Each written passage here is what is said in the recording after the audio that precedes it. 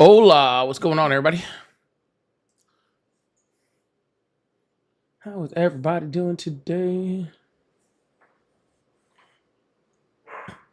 Corey, I'm not used to seeing you pop up on that side. It's throwing me off. I don't mind it. Just threw me off for a second.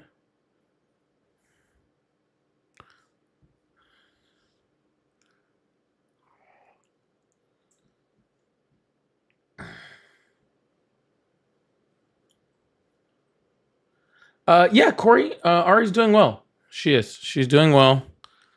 She's doing too well. Honestly, she's doing too well. Uh, where I'm having to like yell at her and be like, "Sit down. Stop doing shit." You know what I'm saying?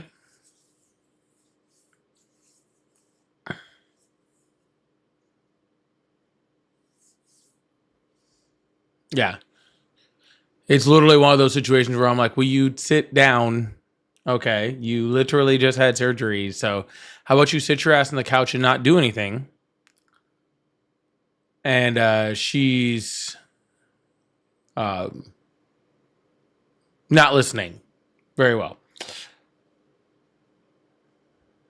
So, in case you're wondering how she's doing. So, y'all, at the rate she's going, she'll be back up and at him in a few days. Like I said, I'll probably have to force her into not moving for a couple days, but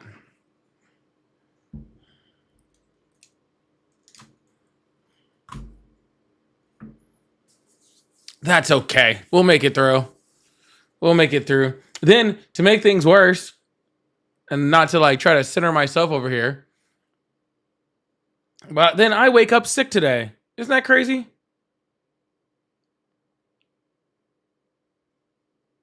Like I wake up sick today. I've been sick. I'm like literally like kind of running on Dayquil right now, and I'm like, I'm like the one time I just don't. The one time I don't need to be sick. So wish me strong recovery also, so that I can make sure that Ari gets strong recovery. You know what I'm saying?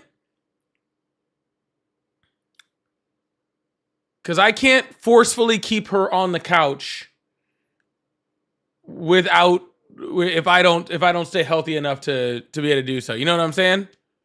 So for Ari's sake, please make sure please keep me in your thoughts. Oh, sorry to hear that. It looks like oh my gosh, so many people are getting sick. African and his wife are not doing well either. Hope you and the family feel better, man. Really do. Uh so yeah, man.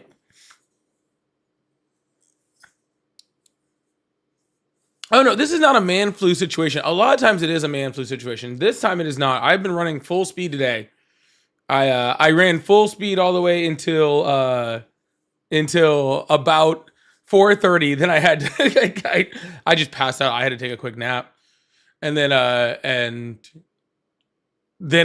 back up, and I was back at it cleaning again. So everybody's doing great. Summer's great. So at least you got that right. Summer and Bailey doing awesome.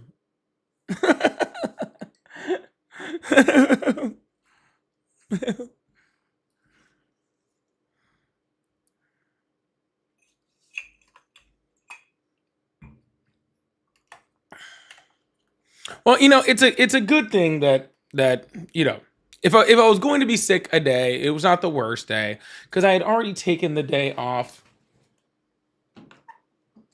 um to help out Ari. So it's really not the worst day. Like it's whatever. We can both take naps and be miserable together. You know what I'm saying? Ari, I know you're not in my chat telling people to drink water when I've been literally trying to force you to drink water all day. I don't want to hear it.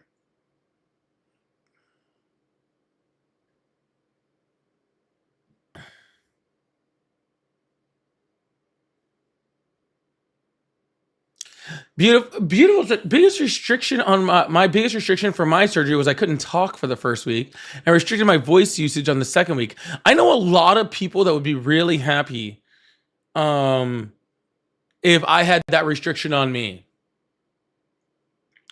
I know a lot of people that would be pretty pumped if I couldn't talk for a week.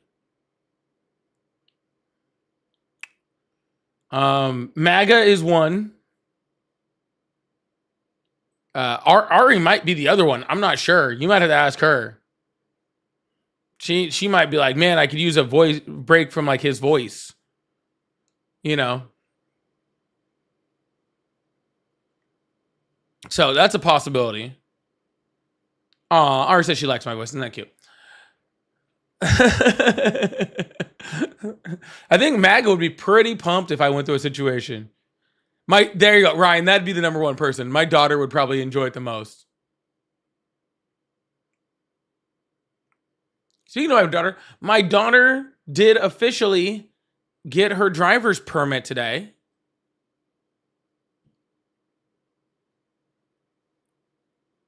So Big W's in the chat for my kid, right? For getting her driver's permit today.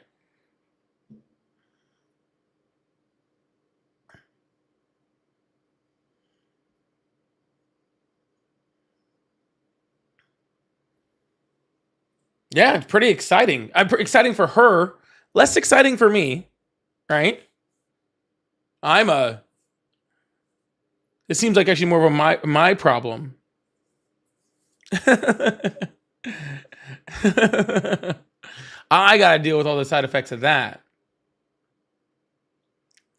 But yeah, she got her permit today, so super excited. She got it and got to take her picture wearing an Outcast shirt. So at least I'm raising her right.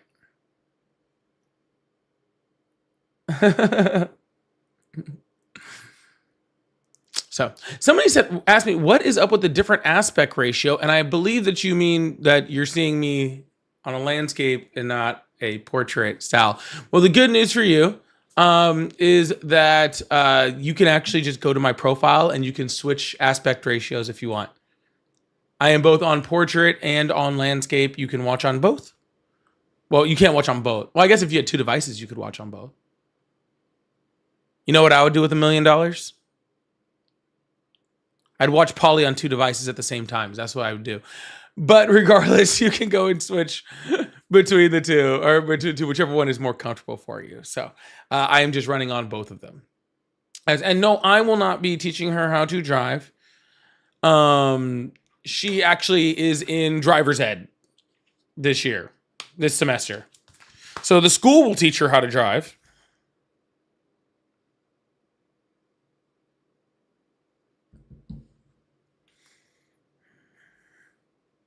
The school will teach her how to drive, and then I will deal with however bad they did that.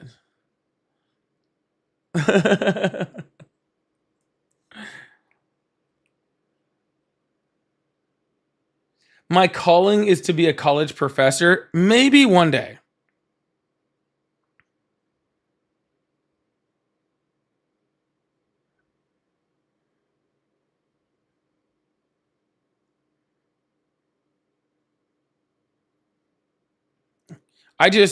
Thank you, Ari.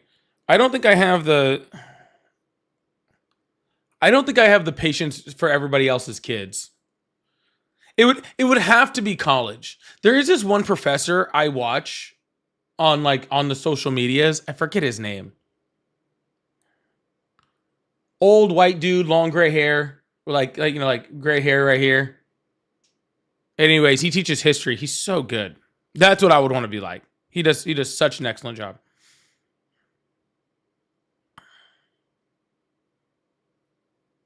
So teacher clutch that. That's what I'm gonna do. So that I'm gonna let the school teacher automatic. I'll come back and teach her manual later. That's how that'll work.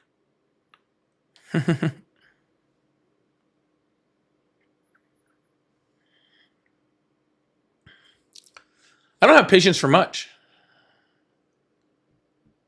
I don't have patience much. Man, thank you so much for the $2 super chat. Said for your insurance rates when she gets her driver's license. First of all, thank you. Second of all, we both know damn well $2 ain't covering that insurance rate, but it's a start. We're going there, right? And then, and what I can be thankful for is I have a girl, because the insurance rates are way worse for boys. Oh my goodness, so much worse. So at least I can work on that. But thank you so much, man. I appreciate that.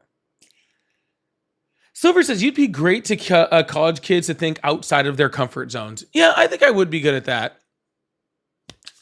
I think I definitely think I would definitely be able to give them a very good perspective. I'll tell you that much.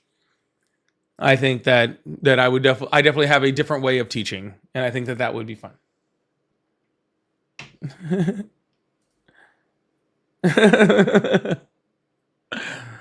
I think that would be fun. I would enjoy that. I will say that much. Thank you again, Mans. I appreciate that. All right, let's bring up some extra stuff over here.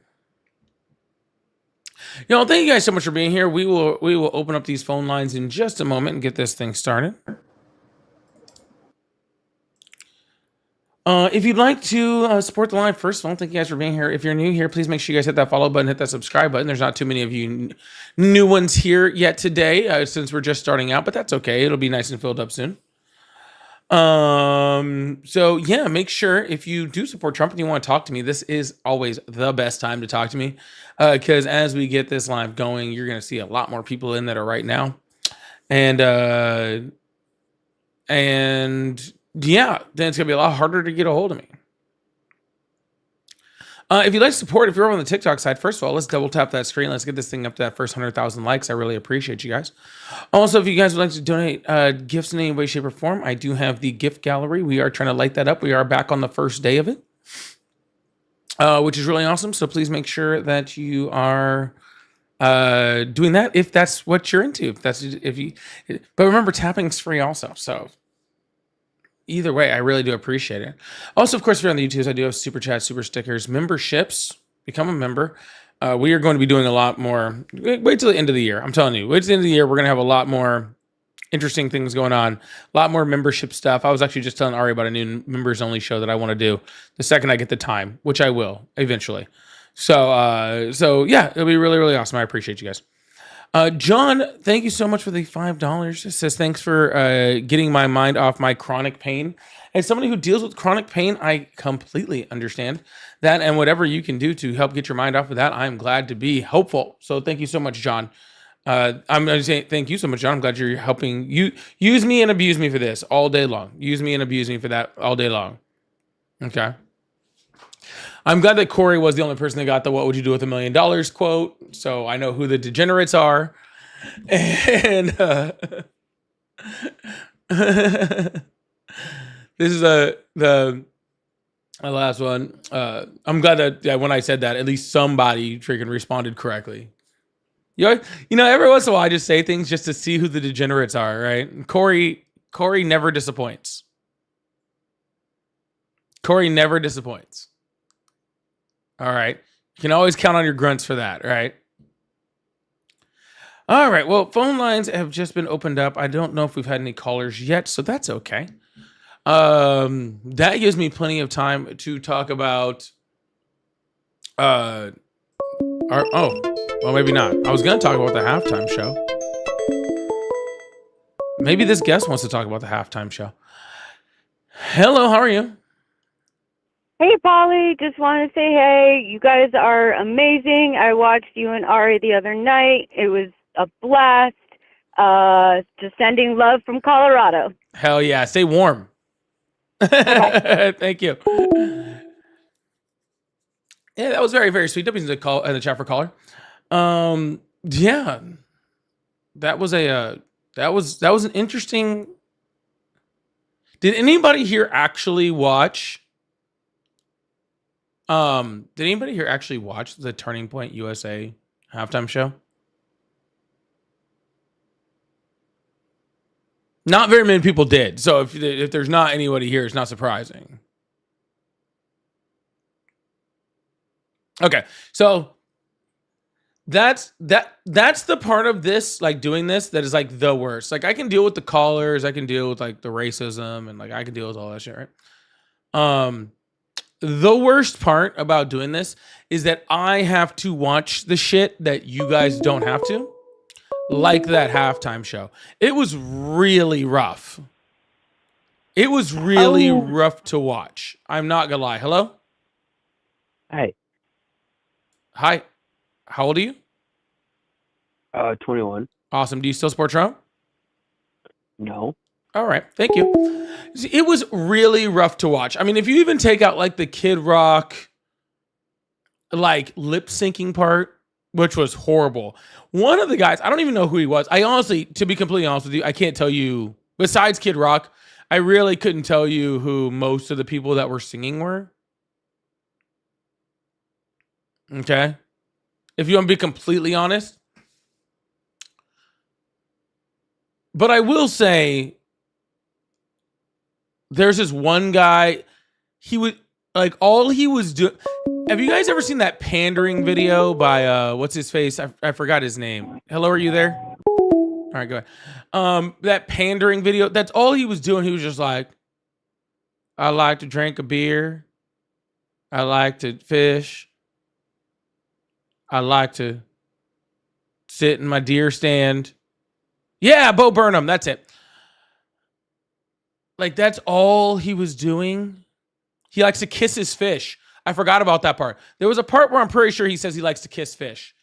Anyways, then he, like, nobody's even cheering. Like, it reminded me of when I was growing up, right? And it was like you're really, like, boring church worship services. It was that, but just not entertaining. Like, there was some weird red lights thing. I don't even think there was 100 people watching it live. Like, I mean, like in the crowd. Right? There was like nobody there. It was super awkward. And apparently they've already announced that they're going to do another one. They think they won.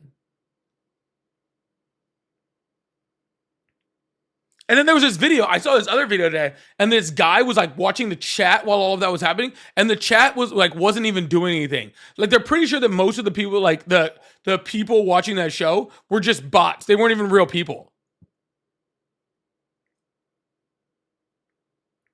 Like, meanwhile, you at the Bad Bunny show, people are literally fucking getting married. Like, there literally was a fucking wedding. There was a whole party. Jessica Alba showed up. Like, freaking Ricky Martin was there. Like, it was crazy that, like, first of all, did anyone else not recognize Ricky Martin at first? Because I didn't. I'm not gonna lie. Hello, are you there? Yes, sir. Yes, sir. Awesome. Do you still support Trump? I do, and I will say this, if you'll let me. No. There's nothing that you can say, or any of these other left-wingers. Consent.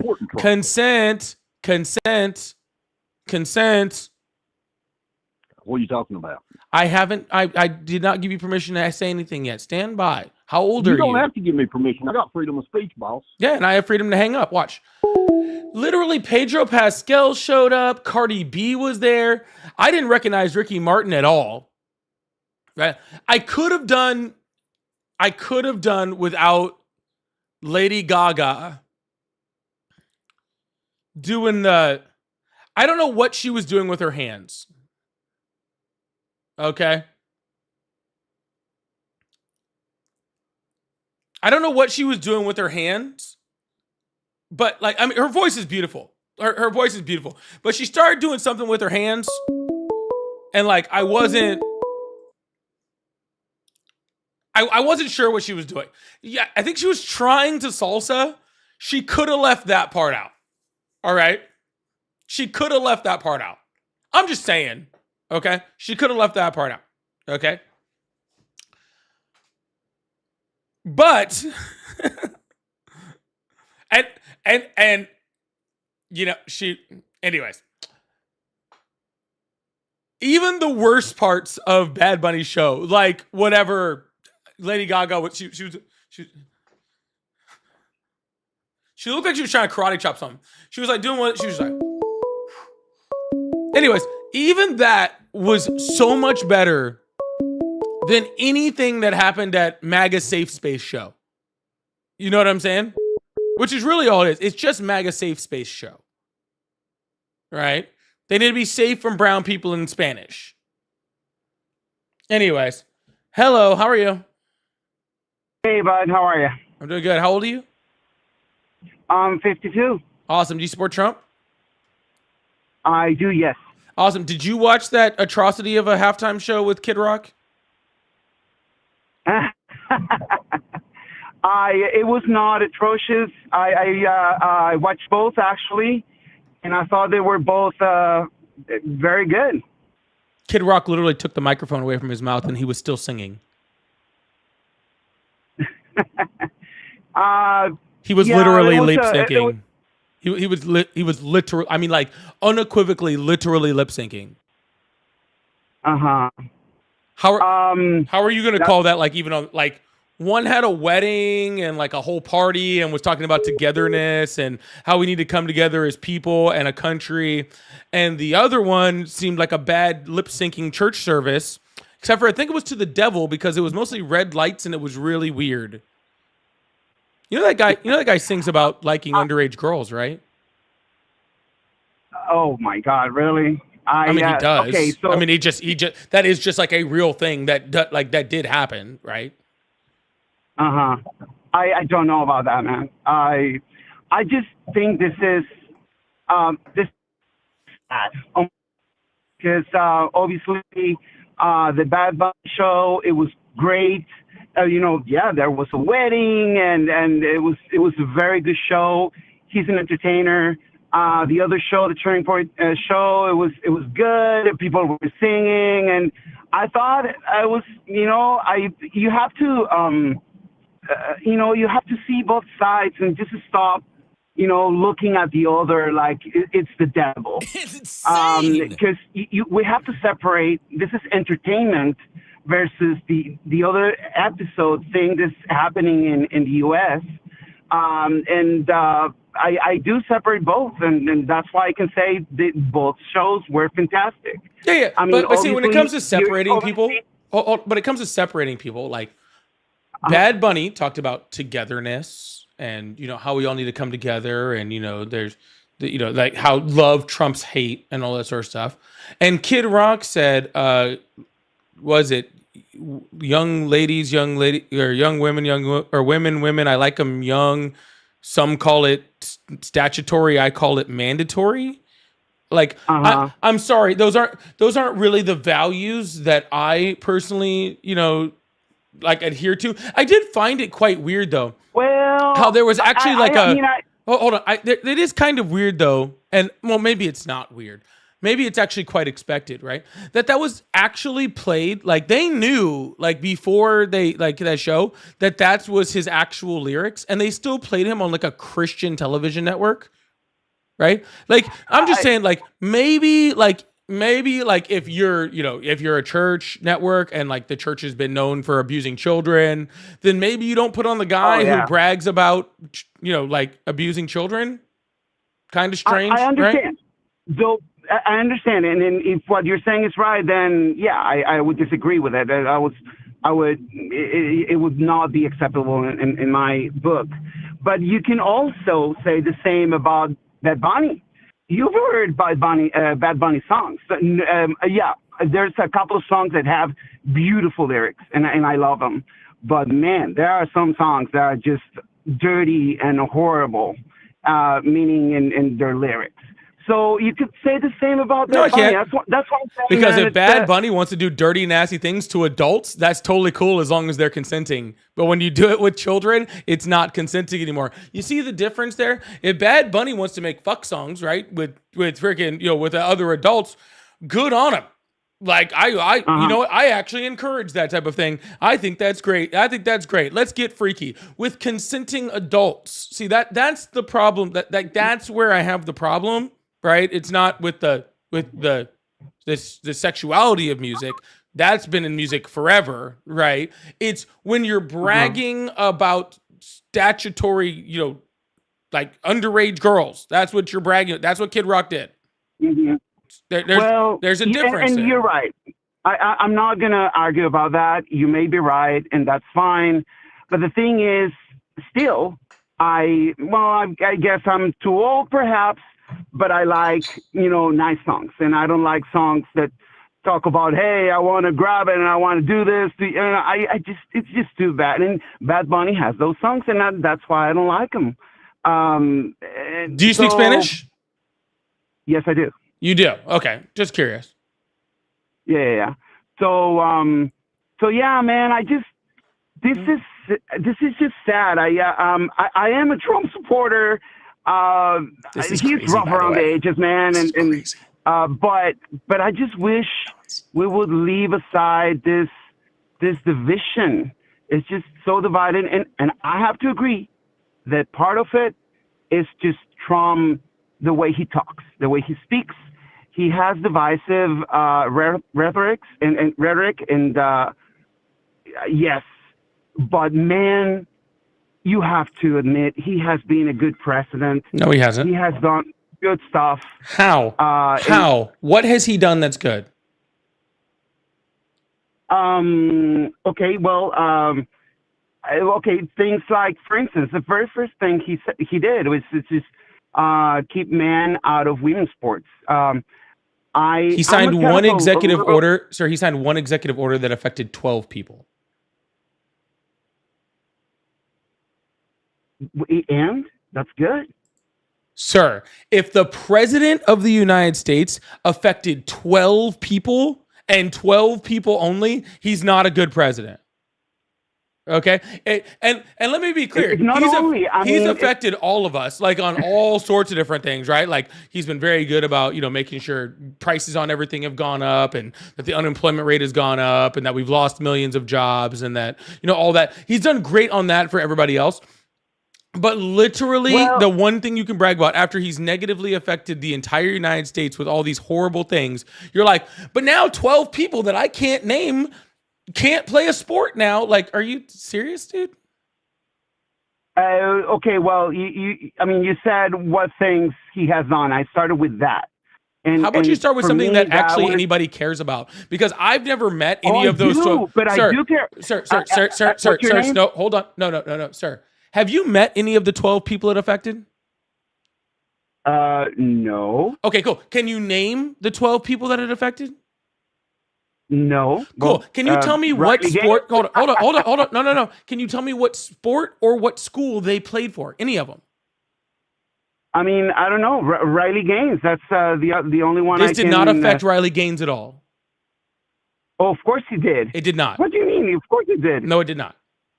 She lost to Leah Thomas or whatever her name is. Those are two completely different situations, and that had nothing to do with. And this executive order had nothing to do with either of them. Okay, you're just talking about somebody that you remember that did play college swimming way back, not that it was affected by Donald Trump's executive order. So again, can you please name what? Okay, can you please name any of the 12 people, okay, that this affected? No, but okay. So how are you telling me that the best policy that Donald Trump did affects 12 people that you can't name? You don't know what sports they were. You've never met any of them. You don't know what schools they went to. So literally there was zero effect on your life at all, and zero effect on 99.999999999% of Americans. Mm-hmm. Okay, well, let me answer that. His executive order freaking talking about how he didn't want... Can I answer that? His executive order talking about paper straws affected more of us. Can I answer that? You're asking me a question. I mean, I understand your point. The thing is, yes, I cannot name if it's 12, 15, 20, or 5. Yes, it's 12. I don't know their names. But okay, it's 12. But here's the thing. I do. I have a 15-year-old daughter, and she would like to get into sports. So yes. So I don't know the 12 people, but it may affect my daughter in the future because she may be. What do you mean it won't? Of course it will. Because if your daughter's 15 and just now getting into sports, she probably doesn't have much of a chance of playing at any type of level where it would matter anyway. If that's not true. If she gets into sport where a trans woman or man, I don't know the terminology, but if a trans woman would like to participate, she would be at a clear disadvantage. And so that's the thing. And then obviously that's a hypothetical case, of course. But yes, I am talking about the future. Sure. If you don't know whether your daughter is playing sports, so I also have a 15-year-old daughter. I have a 15-year-old daughter who plays sports. That's great, man. And just protecting my daughter. You're not protecting your daughter. In her future. You're not protecting your daughter. Of course I am. You're not. Of course. Absolutely you're not. What do you mean? What do you mean? What do I mean? First of all, can you please tell me any of these trans people who are dominating sports or were dominating sports? That's not the point. No, it is the point. You said that she is at a clear disadvantage. So I'm asking you, can you please name one trans person who was just dominating in the sports? Because obviously if there's a clear disadvantage, then all 12 of those people who you can't name, that you don't know who they are, who don't know what school you went to, they must have all been just world champions in their sports, right? No, not really, no. Oh, but how is that not possible if they don't have this clear advantage? Wow, I don't know what to tell you, man. It is on this topic. It's the heart has to do with a lot of how you think and what you're, Gotcha. No, I agree. You're saying that you're thinking with your emotions and not with facts or logic, and I completely agree. Okay, you're thinking with your emotions and not with any type of logic or fact, and that's fine, sir. That's the reason why the Trump administration spent more money on anti-trans, advertisements than any other advertisements or anything else that Donald Trump, did in his campaign. His number one thing, the number one money he spent money on was just on anti-trans things because he's trying to spark your emotions instead of your logic. Right. Mm-hmm. Well, here's the thing. I'm kind of I'm open-minded. I'm pro-gay, I'm pro-trans, whatever. If you're an adult, I do have a trans niece, by the way, and I love her, and that's great. But also, I'm kind of how do I call it? I'm being pragmatic about this specific issue about the sports.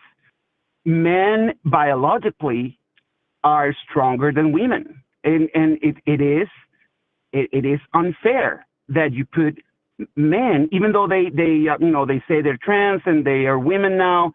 It is unfair that a man is competing against women. Now, if a man does the whole thing, cut his parts and uses estrogen and stuff, that to me that would be more of I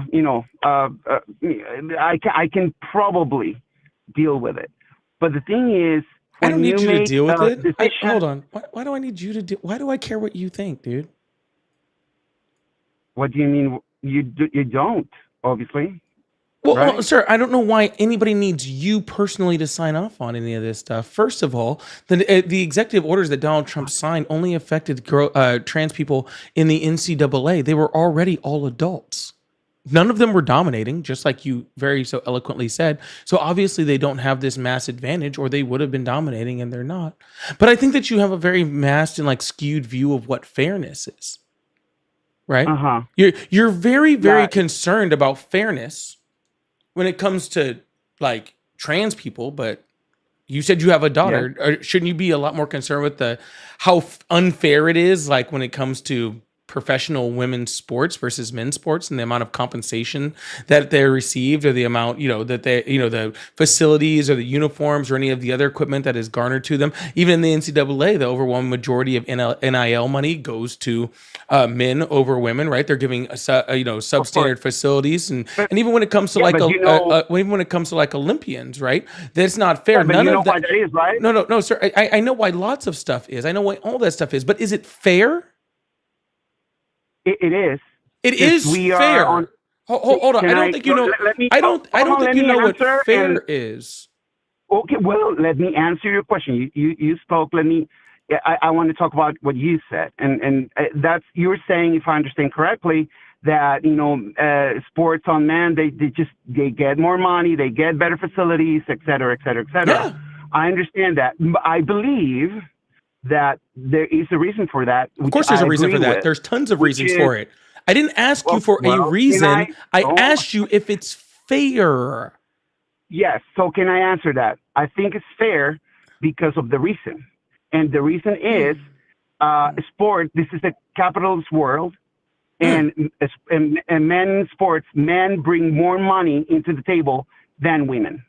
And that's just a fact. This is not me. I wish it would be different. I wish men would bring the same money as women, because perfect. But that's not how it is. Oh, okay. So obviously, that's a great example. So when men's Olympic teams are paid 5, 6, 7, 8 times more, how are they bringing more money? In which sports? Soccer is a great example, right? In soccer, U.S. women's soccer team has been incredibly more successful than the men's team, right? Neither of these teams are revenue building because they're Olympic teams, right? And yet the men still get paid significantly more. Why is that? Okay, why is that? Because when you look at the finals, like in a men's finals versus a women's finals, nobody can tell you what the women's finals is about and who's playing, because significantly less people watch it, and it's just about money. Do you watch it? So everybody watches the men's, and I do. Yeah, I watch only the men's. I cannot tell you about women in soccer because I just don't know about that. And mostly, and it's just about I guess time. I don't know. I'm too busy to do everything, so I just watch what what everybody does, which is the soccer, the world soccer teams and all that stuff, and I don't watch women's sports. So you're right, sir. But again, sir, this isn't about what makes more money, right? This isn't about anything. What you're saying, hold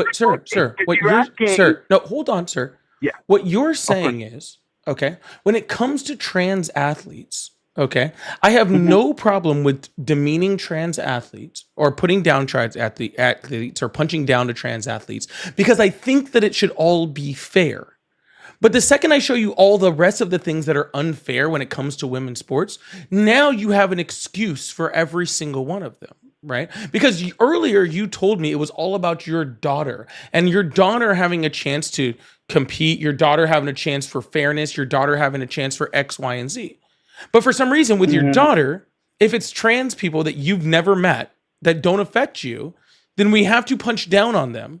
But if it comes to freaking actual real world problems that we have within women's sports, you have no problem making excuses even when it's your own daughter, right? Because guess what? When your daughter starts playing sports, if she actually starts playing sports, which again at 15, quite late, right? But regardless, right? If she starts playing sports now, right? Guess what? Even in high school, you're going to see that boys' sports get more attention, that boys' sports get more money, more tax dollars, right? Yeah. Even in the region that I'm in, right? The fields for the boys are getting huge grants. Hold on, sir. Are getting huge grants, right? While the women's aren't, right? They're going to get more sponsorships. The boys are going to get all of these things, right? But you're so hyper-focused, right? You're so hyper-focused on one little tiny thing that does not affect your daughter because you've been brainwashed to think so, sir. Because you've been brainwashed. Because literally tens and if not hundreds of millions of dollars have been spent to brainwash you, to tell you that the thing that's not affecting your daughter is something you should be worried about, and all the things that do affect your daughter, you don't need to worry about at all. Okay. You're saying I am hyper-focused on an issue that is not an issue.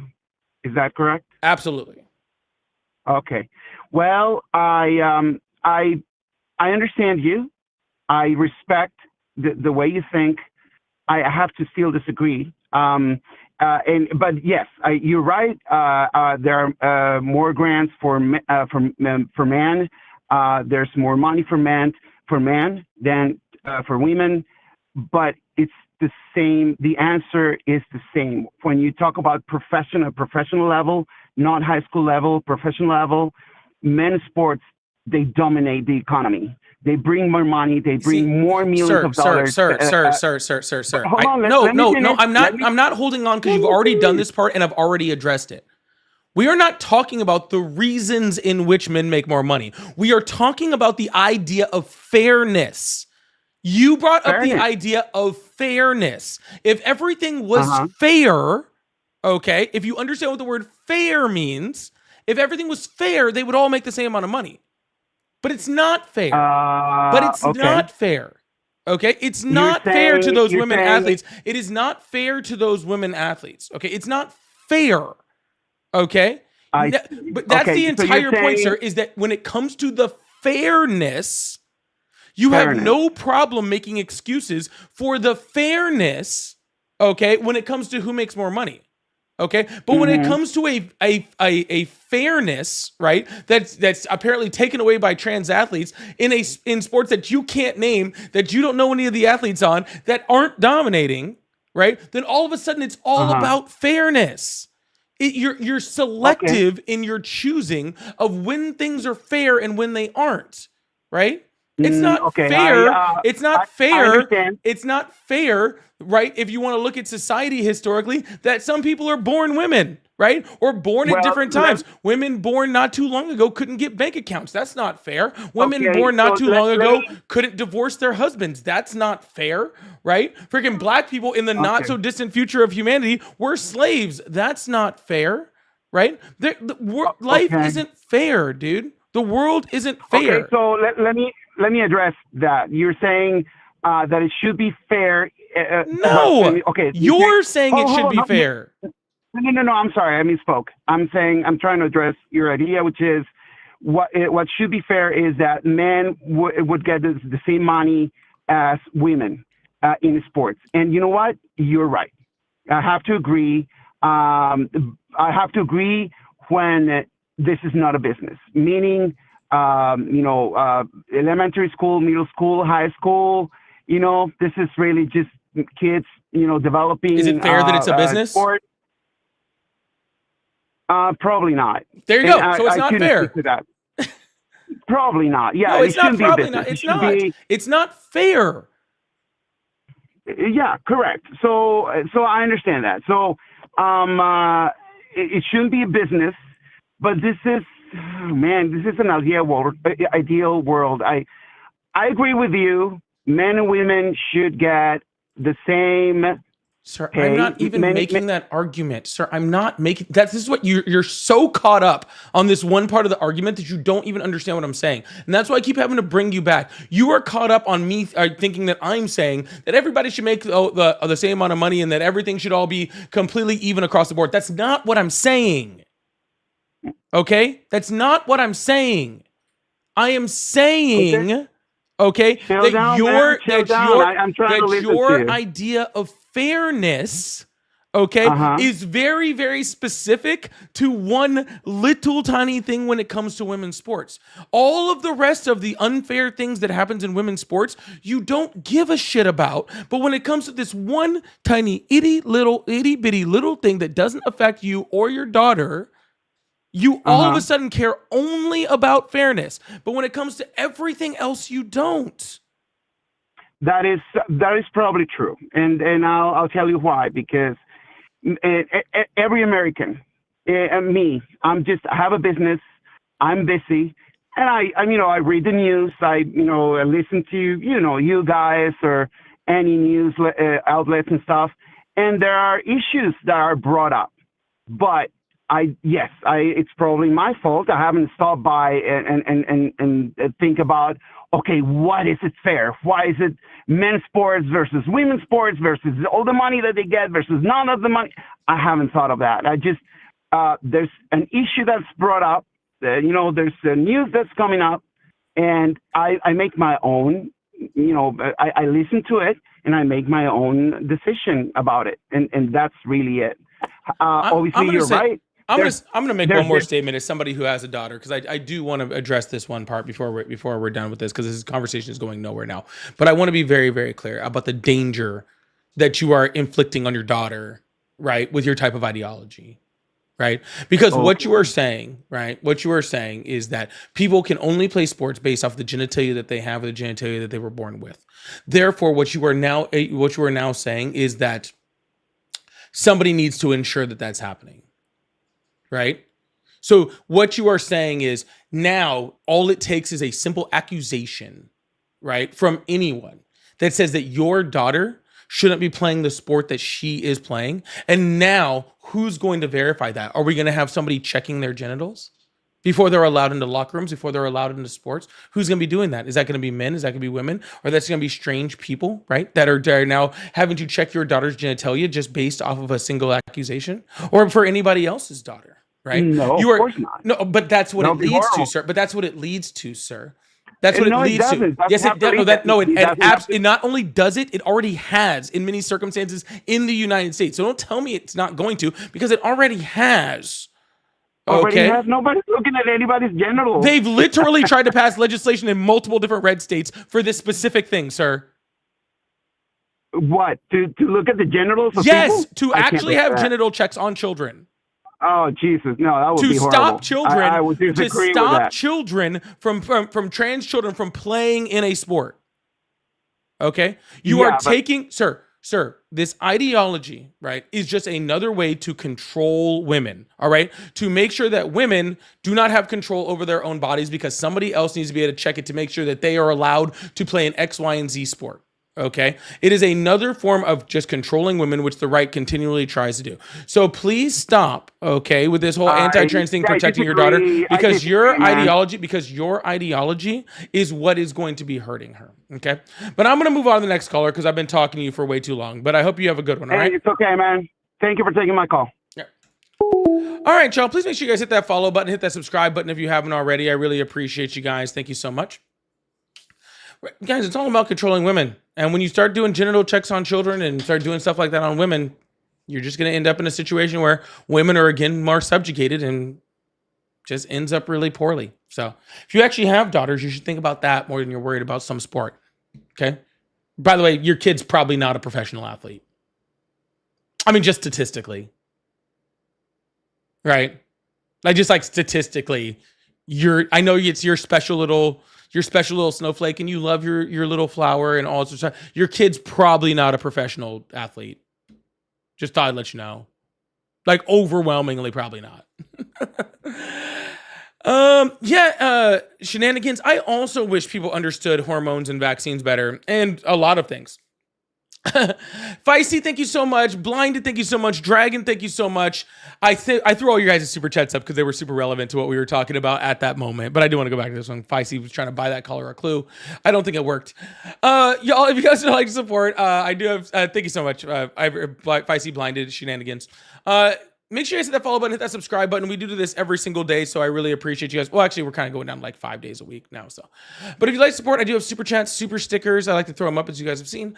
And we're about halfway through this live gift goal, the hand hearts too. So if you guys would like to support that way, I really appreciate it. Also, it is first day. We're trying to light up that gift gallery. So if you go up to that top and hit that gift gallery button, and you see something that you want to help light up, I appreciate that. Thank you so much. We're gonna keep this thing going. Open up the phone lines. Hope everybody is having a wonderful Monday. I'm sick. So we just out here surviving today. Okay? I'm sick. Ari's doing well out of surgery. In case you're wondering. Hello. Oh. Hello, how are you? How you doing, Paulie? I guess fine. What was that? I couldn't hear you. I don't know. I don't like when people say like my name like that. It trips me out. Oh, I'm sorry. My bad. I mean, that's the name on your... Yeah, I know. But this seems like I've talked to you way too many times. And at that point... then it's just not as funny anymore. I don't like it. Hello, how are you? Good, how you doing? It's the same dude. I just hung up on you. What do you want? I wanted to debate you on the last person that you just hung up on. They wanted to talk about the woman. Nope, not interested. Yep, not interested. Hello, how are you? Oh, hi. Nope, you're 12. Hello, how are you? Yes. How are you doing? I'm doing well. How old are you? Yeah, I'm 36. Awesome. Do you still support Trump? Yes, I do. Awesome. Yes, why is that? So just to start real quick, I have been like listening to you for a past, I would say, week roughly. Okay, thanks for being a fan. I appreciate you. Well, I'm not going to say I'm much of a fan of you, but you know what? I do find you interesting. I have fans of mine that don't watch me that often. So. Well, no, I got you. You know, of course, everybody's going to have a fan or two. I'm not going to he a fan. Hey, you know what? I will say I'm a bit of a fan. I find you intriguing on your views. I really do. One, I guess, to answer your first question is yes, I do support Trump, but it's not Trump. It's more, I'm supporting the conservative party. Let's just start there, okay? No, let's not start there because Donald Trump. Did you vote for Donald Trump? Oh, yes, I did. Yeah. Okay, yes, sir. Donald Trump doesn't hold any of the values that actually come with freaking traditional conservatism anyway. So if you were actually really a conservative, you wouldn't support Donald Trump. Okay. And so if you still support Donald Trump at this point, you're not a conservative. You're a fascist. I'm a fascist. Fascist. Yes. Got you. Understand. But I guess on your end, you're saying that he doesn't support conservative, but again, he is married to a woman. He can tell me what a man and woman is, right? Yeah. Know that the majority of Americans, both Democratic and Republican, are married to somebody of the opposite sex, and most people can't even define gender, just period, regardless of Donald Trump or anybody else. So, people's ability to define Donald Trump doesn't know whether we're invading Iceland or Greenland or what country he's going to meet Putin in. So, I don't think maybe his ability to define words is something that you want to hang your hat on. Oh no, I'll hang the hat on it because again, I go back to the other party, like the Democratic Party. I don't care about the Democratic Party, sir. I'm not a Democrat. We're talking about Donald Trump. When has Donald Trump ever said, "I can define what a woman and a man is"? Well, my thing is, you say you're not a Democrat, but like your views are heavily like to the left. Yes, sir. There's a whole bunch of places on the left that don't fall with the Democratic Party. Just like there's a whole bunch of viewpoints on the right that don't fall along with the Republican Party. Those are just two individual parties that are singular parties that represent their own values and all that sort of stuff, right? And you can also have those parties, which we've had the Democrat and the Republican Party, both in the United States, where actually at their inception, the Republican Party was actually the further left party, and the Republican Party was the further left party, and the Democratic Party was the further right party, right? And then they swapped, right? Over time, it was over attrition. So they're not like the bastion of what is left and what is right. They're just people and a private organization. But just to correct you, they never swapped. The Republicans are the ones that freed the slaves, freed the blacks. The Democrats didn't. Most of your Jim Crow law came from the South. The KKK was founded from the South. Democrats. I agree with all of those things, right? Sir, I agree with all of those things. The Republicans were in the North. They were the left-leaning party, and they were the ones that freed the slaves. The leftist Republicans. Okay? Now the Republicans, as you just said, is the right-leaning. Okay, so if they were the left-leaning back then and they're the right-leaning now, and back then the Democrats were actually back when they were the Dixiecrats, were actually the conservative party. We're actually the conservative party of the South.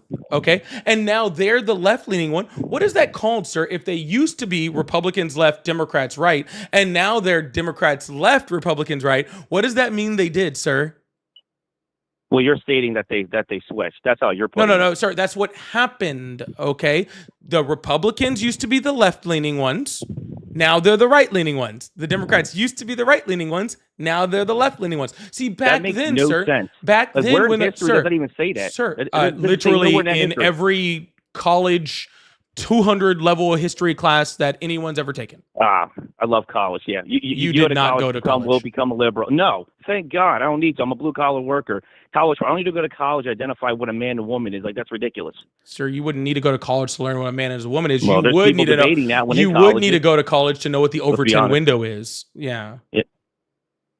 Who? I'm sorry. Who again? The Overton window. Yeah. Nah. Don't know what that is. Nah, I know you don't, sir. Right. But it's fine. I have no problem. I have no problem me. to explain to you. But see, here's what you don't seem to understand. If this was back when the parties were invented, back like before the Civil War and much after the Civil War, see, back then I would have been a Republican, and you would have been a Democrat. Okay, Negative. that is. Why are you saying that I? Because that I would have been are a you a conservative? Correct. Then you would have been a Democrat. Okay. See, my views don't change with the party. I have my views. I'm on the left. And whatever party represents the left, I'm more likely to go to. That would have been the Republicans back then. See, you're a conservative, so therefore your values would have gone more to whichever party was the conservative party. And that means you would have been a Democrat. No.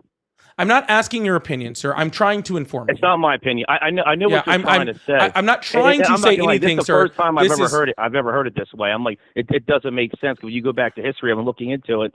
It doesn't make sense. The Democratic Party has always been the party of pro-slavery. That was a whole majority of it. No, sir. See, this is the problem: is that you can't get your head out of Democrat and Republican. Okay. Your head is very stuck in this very like bilateral thought process. Okay. And this is why it's important to understand like things like the Overton window, right? The Overton window gives the entire spectrum of all the way to the left and all the way to the right, and how how people's ideologies work within that. And then the Democratic Party and the Republican Party move along that bell curve of the Overton window. All right. So I'll give you an example, right? The Democratic Party, right, in the United States actually sits a little bit to the right of the Overton window, right? So actually, if you were to compare it to other countries, the left-leaning party in our country is actually like a right-leaning party in most countries. Okay. And then eventually over time, we'll start to see that Overton window shift to the left.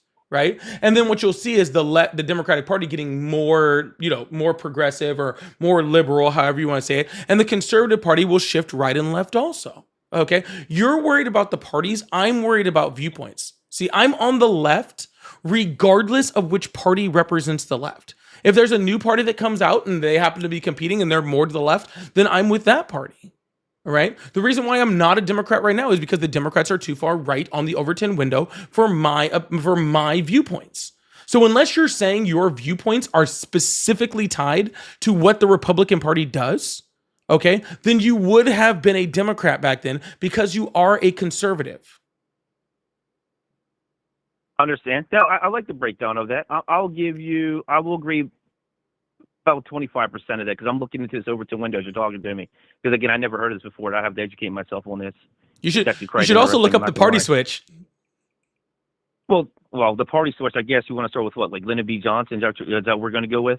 I mean, that's a great. Right? That's more towards the middle of the party switch, but that's all right. Well, that was I guess you want to put it that way. The party switch happened over like 60 years. Lyndon B. Johnson was one of the most racist Democrats that of all time. So there's tons of racist Democrats. I don't care. I'm not a Democrat. I know, it's crazy.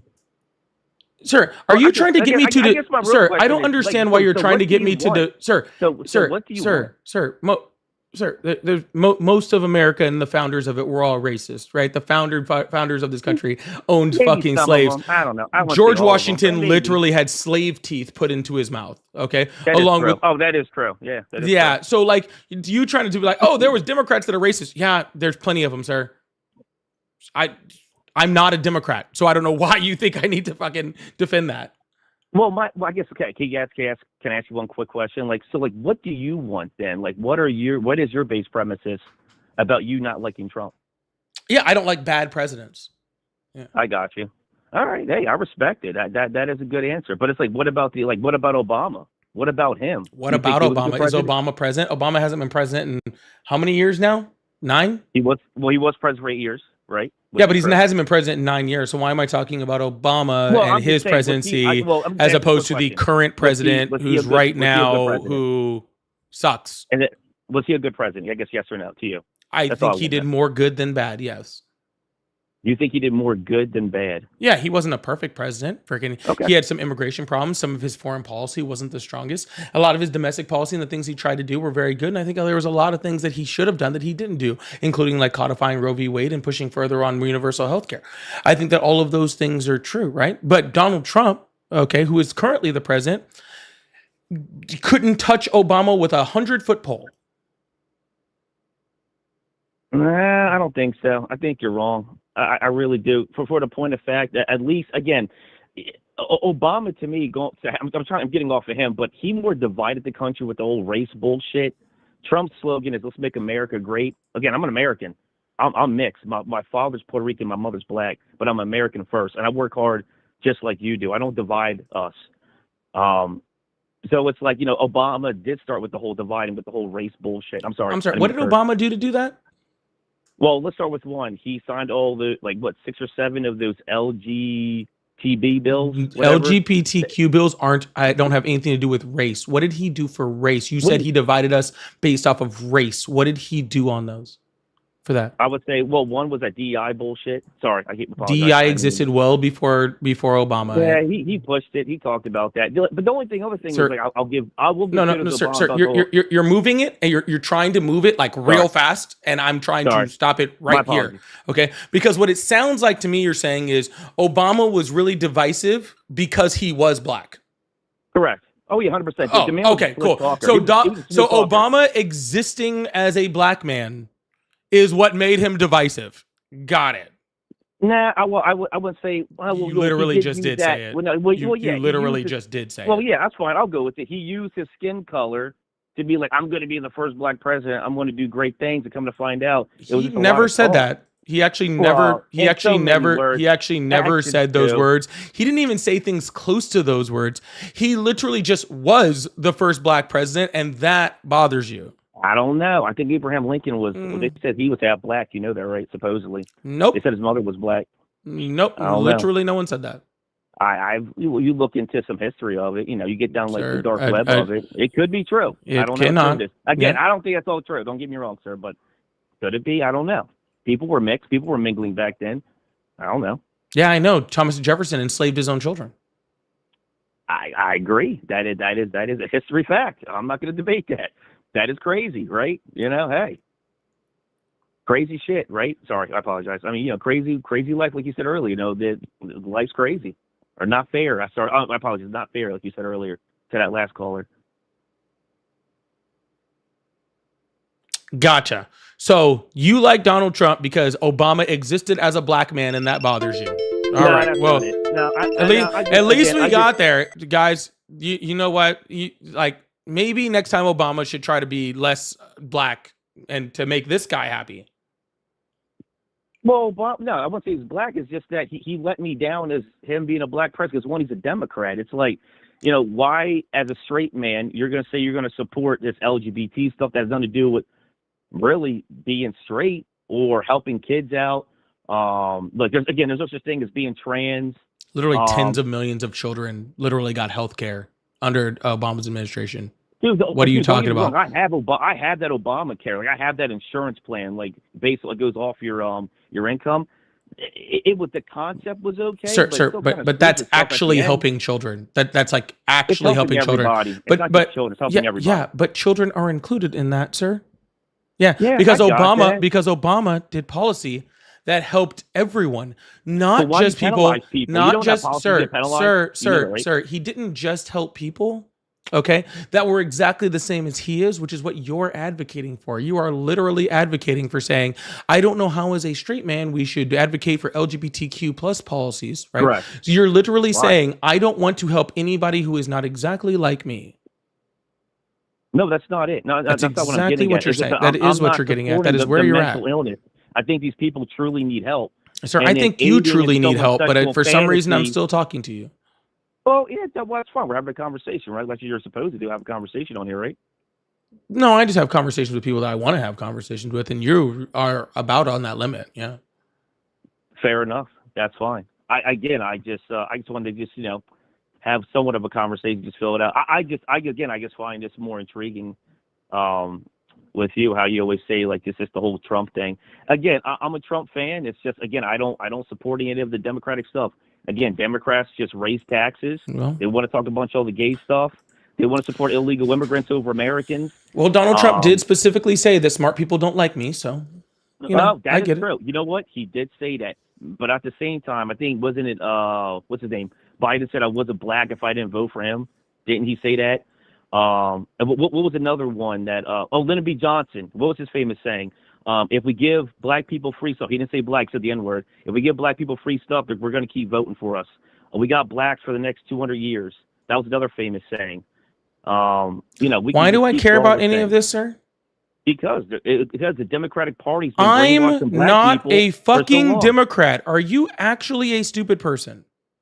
No. I understand that. I'm just quoting. No, Democratic stuff. sir. Donald Trump said, "Smart people don't like me," and you're like, "He sure said that, and I love him." Yeah, but Trump says a lot of crazy shit, right? Like that's not a debate. That is just right? that He is just says a wild. lot. Come on, That is some of just this stuff wild. kinda That funny, is just right? wild for somebody to literally It say. is. Yo, come on, you can't. All right, I'm muting you. Literally, that is so wild for literally someone to a president to say, "Smart people don't like me, like intelligent people don't like me," and then for you to be like, "Yep, he sure said that, and I still love him for that," and then to just go off and just spout a whole bunch of crazy shit. You have literally this entire time not addressed a singular thing that Donald Trump does. You have literally addressed more things that Lyndon B. Johnson has said. Okay, as if anybody in the year of our Lord 2026 gives a flying fuck what Lyndon B. Johnson did. Yeah. Right? Like you have spent more time talking about Lyndon B. Johnson than a singular thing that the guy that you say you support has done. And I think that, he ran. And that should show a lot about how we're doing with this conversation. Okay? If you need to run back to Lyndon B. Johnson in order to freaking try to have a conversation about the president you support, you're not doing great. All right. Yo, please make sure you guys hit that follow button, hit that subscribe button if you haven't already. I really, really appreciate you guys. Thank you so much. We're about to move on to the next caller. Leroy, thank you so much for the jewels. And thank you everybody for the hand hearts too. I appreciate that. We're sitting just over those. So if you guys like supporting, do super chat, super stickers, pay links in the bio, live gift goals, all that fun stuff. So thank you guys so much for being here. And I really appreciate you guys. Thank you so much. Hello, how are you? I'm doing good. Awesome. How old are you? 17. Oh, I'm sorry, man. You gotta be 18 to be here. I do appreciate you. Hello, how are you? You cut out that last part. What's that? I said hello, how are you? Good. Awesome. How old are you? I'm 38. Awesome. Do you still support Trump? Yeah. Awesome. Why is that? Because Trump has done more than I've seen any other president do. He's trying his best, although he gets blocked every chance the libs get to stop him from his agenda. But he is trying. He gets some stuff through. He tries for other stuff. They block it. He keeps trying. He's pretty much been the best president I've seen in the last 50 years. Yeah, can I ask you a quick question? And, yeah, go for it. Yeah. The Republican Party owns both the House of Representatives and the Senate, so all of Congress. There's a conservative majority Supreme Court, and Donald Trump is in charge of the White House and the executive branch. There is literally not a single branch of our government that the Democrats are in charge of. So how exactly are they blocking him from doing anything? So when he wants to deport a criminal who kills somebody, some woke lib judge somewhere blocks it and says, "Oh, you got to take that person to trial," or who knows, and then. The last judge that did that was appointed by Trump. The one before that was appointed by Bush. You can't just spout out nonsense. It's the actual truth, sir. Literal Trump judges are literally blocking him from doing that because it's against the law. It is true, sir. You got to get real with yourself. No, that's not true. But it literally in this real world, in the life that we live on this actual planet, it is actually actually true. Because you say it's literally true is not. I know, but you're just like you have no idea what you're talking about, and you're just spouting that it's not true, and it's just crazy. Okay, like it's wild. Donald Trump is minimally, all right, being stopped on some of the super illegal shit that he's fucking doing. And you have a problem with that. No, it's not illegal. See, that's the thing. You think it's illegal, and your woke judges back you up, but he's the president. No, it's the actual law. And what he's doing. Sir, the president is not the king. Okay, that's the way we have it set up. That's why we have, like what are supposed to be co-equal branches in the United States, right? So Donald Trump is actually subject to So Donald Trump is actually subject to the law, right? Wow, you won't even let me talk for 2 seconds, will you? Go for it. Oh, thank you. You're going to allow me to talk on my live? I appreciate that. Yeah. Like I'll give an example that, is it Liam Ramos, right? The kid, the 5-year-old that, he took and then took his dad and they sent him away from, home to a detention center thousands of miles away. Yeah. See, he was legally, so he was legally here. But you don't know that story. Yeah. But sir, he was legally here. So when again, I'm talking, sir. All right, I'm muting you, and you're now muted. Okay, this is not how this conversation is going to go. I will be able to talk on my live, and if you won't let me, then I will remove you and just put someone else on that will allow me to. Okay, it's just that simple. It's just that simple. Okay, so he was actually here legally because they were here under 8 U.S. Code 1158 for asylum law, and therefore was not deportable. Right. So what you only just had was a 5-year-old child who was sent thousands of miles away from his home, sent into a detention center where they have a severe overcrowding, lack of food, right? Lack of good commodities, to, quarters so tight that people can't even lay down at the same time, and 1 meal a day, toilets overflowing, rampant disease, hundreds of cases of measles, right? You took a 5-year-old and you put him in that situation for weeks when he should have been in school, right? Even though he was legally here. See, Donald Trump can't do that just because you don't like brown people being here. All right. So a judge says, no, you have to release them. And so he was released. Do you see how easy that was? Am I still muted? No, sir. Okay, so you unmuted me. So the 5-year-old, the dad abandoned the 5-year-old. So they're trying to return the 5-year-old to the mom. They don't let, the mom doesn't want. Sir, what does that have to do with the fuck I just said? So then they try to return. Sir, you're talking about so much shit. You're talking about so much. All right, I'm muting you again. All right, and you're muted again. Sir, no one talked anything about how the 5-year-old was detained. A 5-year-old who was legally here was sent into a detention center for weeks in horrible conditions, and a judge said they had to release him because he was legally here. That's what I said. Am I still muted? Sir, respond to what I said. Am I mute? I don't know if I'm muted or not. Well, sir, how about this? Okay. All right. So if I say you're mute, if I'm asking you a question, it's because you're unmuted. It's sad that I have to mute you and unmute you like a child. I don't know if I'm muted or not. So if I'm unmuted, okay, I'll talk. So listen, it's called an anchor baby. So maybe the anchor baby is here legally, but the parents are not here legally. We can't have people running over here creating anchor babies. And then that should go away. Kid wasn't born here. Go away. And so then the parents are here illegally. The kid wasn't born here. Go. So then what do you do with the kid? The kid wasn't born here. Anchor babies. If you're here illegally, you should be. The kid was here legally. Citizen. If you're here illegally, he wasn't here illegally. That's legal. It's called an anchor baby. You're not listening at all, are you? All right, sir. I'm going to move on to the next caller because you don't want to have a conversation, okay? No, you don't. All right. Again, Liam Ramos, was it Ramos? Literally was here legally, was not born here, so wasn't what you call an anchor baby, right? Was born in another country and came here legally. Okay? The only anchor babies that we got around here is Barron Trump. All right. Hello, how are you? All right. Y'all, please make sure you hit that follow button, hit that subscribe button. I appreciate you. Hello, how are you? Hi, brother. How are you? Doing good. How old are you? I'm a 28. You're A28. You're A28. All right. Well, that's interesting. 28. Awesome. Do you still support Trump? Sorry? Do you still support Trump? Yes, sir. Awesome. Why is that? Yeah, brother. I'm not from here. I'm not from States. I'm from India. You know why I love Trump? I'll just give you a quick. So we really All right, we're going to move on to the next caller. I really don't want to know why you support Trump. Hello, how are you?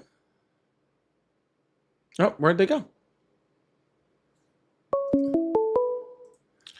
Hello, how are you? All right, goodbye. I mean, I just really don't like. I mean, do y'all care why somebody who lives in India supports Trump? Because I don't. Hello, how are you? I'm doing pretty good. Awesome. How old are you? I'm 31. Awesome. Do you still support Trump? I used to, not anymore. Well, thank you for that. I appreciate you coming over to the side of empathy, logic, and human decency. Oh, thank you. I just came across your channel. I saw the number and I decided to call. Hey man, I really do appreciate that and thank you. But I am only looking for people who still support Trump. But I really hope you stick around and hit that sub button and hang out for a while. All right. All right, no problem. All right, man. Yeah, absolutely. Have a good one. Hello, how are you? Hi. So I just for purpose, I know that this isn't what your show is for, but I'm not a Trump supporter. I'm 18 years old. I just want to talk to you because you seem very calm when you're talking to these people. How are you not really, really scared about what's happening? Because I'm terrified. I think people need to get up and revolt, and I don't I'm stressed about it all. I have no idea how you're so calm. You're 18, man. Relax. We got this. Okay, go vote. Yeah, I know, but do you think we can really vote these people out? Because it doesn't really seem to just. I do. Really? I do. Yep. I believe that we can. Because it's really scary, man. Because some of the stuff that they've done, man, we can't touch them. It's just man, that's yeah. I understand, man. World is scary right now. Okay, things are going crazy. Things are going wild. Go to college, get an education, learn so you're not susceptible to things like fascism, to things that to easy manipulation, and go learn and get educated. And we got you, man. We'll fight this fight, all right? But I'm gonna let you go. But all right, you're good. Sir. You go vote. You're right. You be out there. You pay attention. You'll know where to go. All right. Yes, sir. All right, man. Thank you. Absolutely.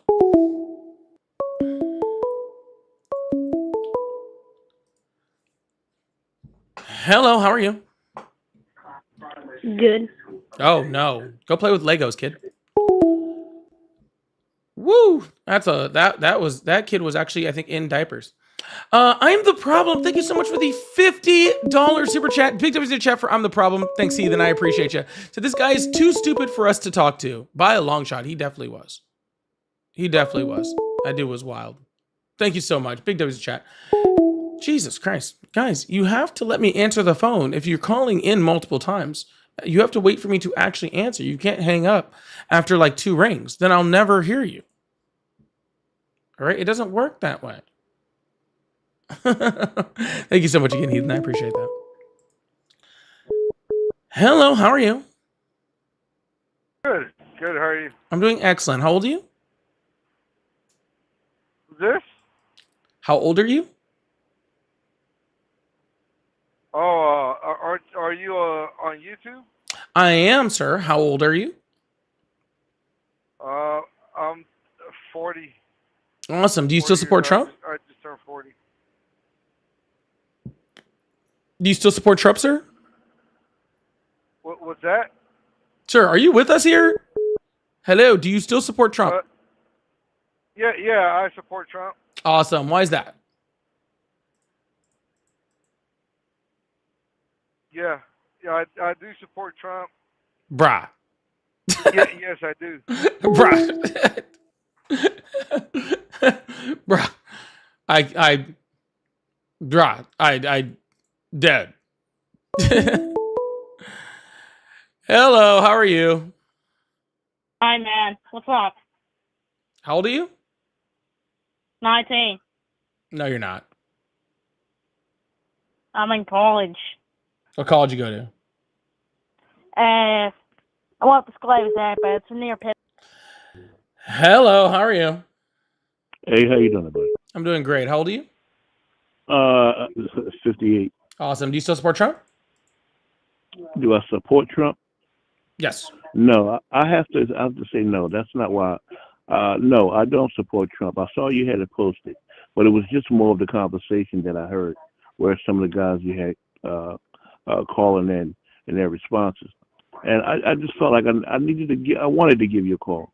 I had watched you a couple other times. And no, I don't support Trump in no kind of way. None of his administration. They're all incompetent. They're all of likeness.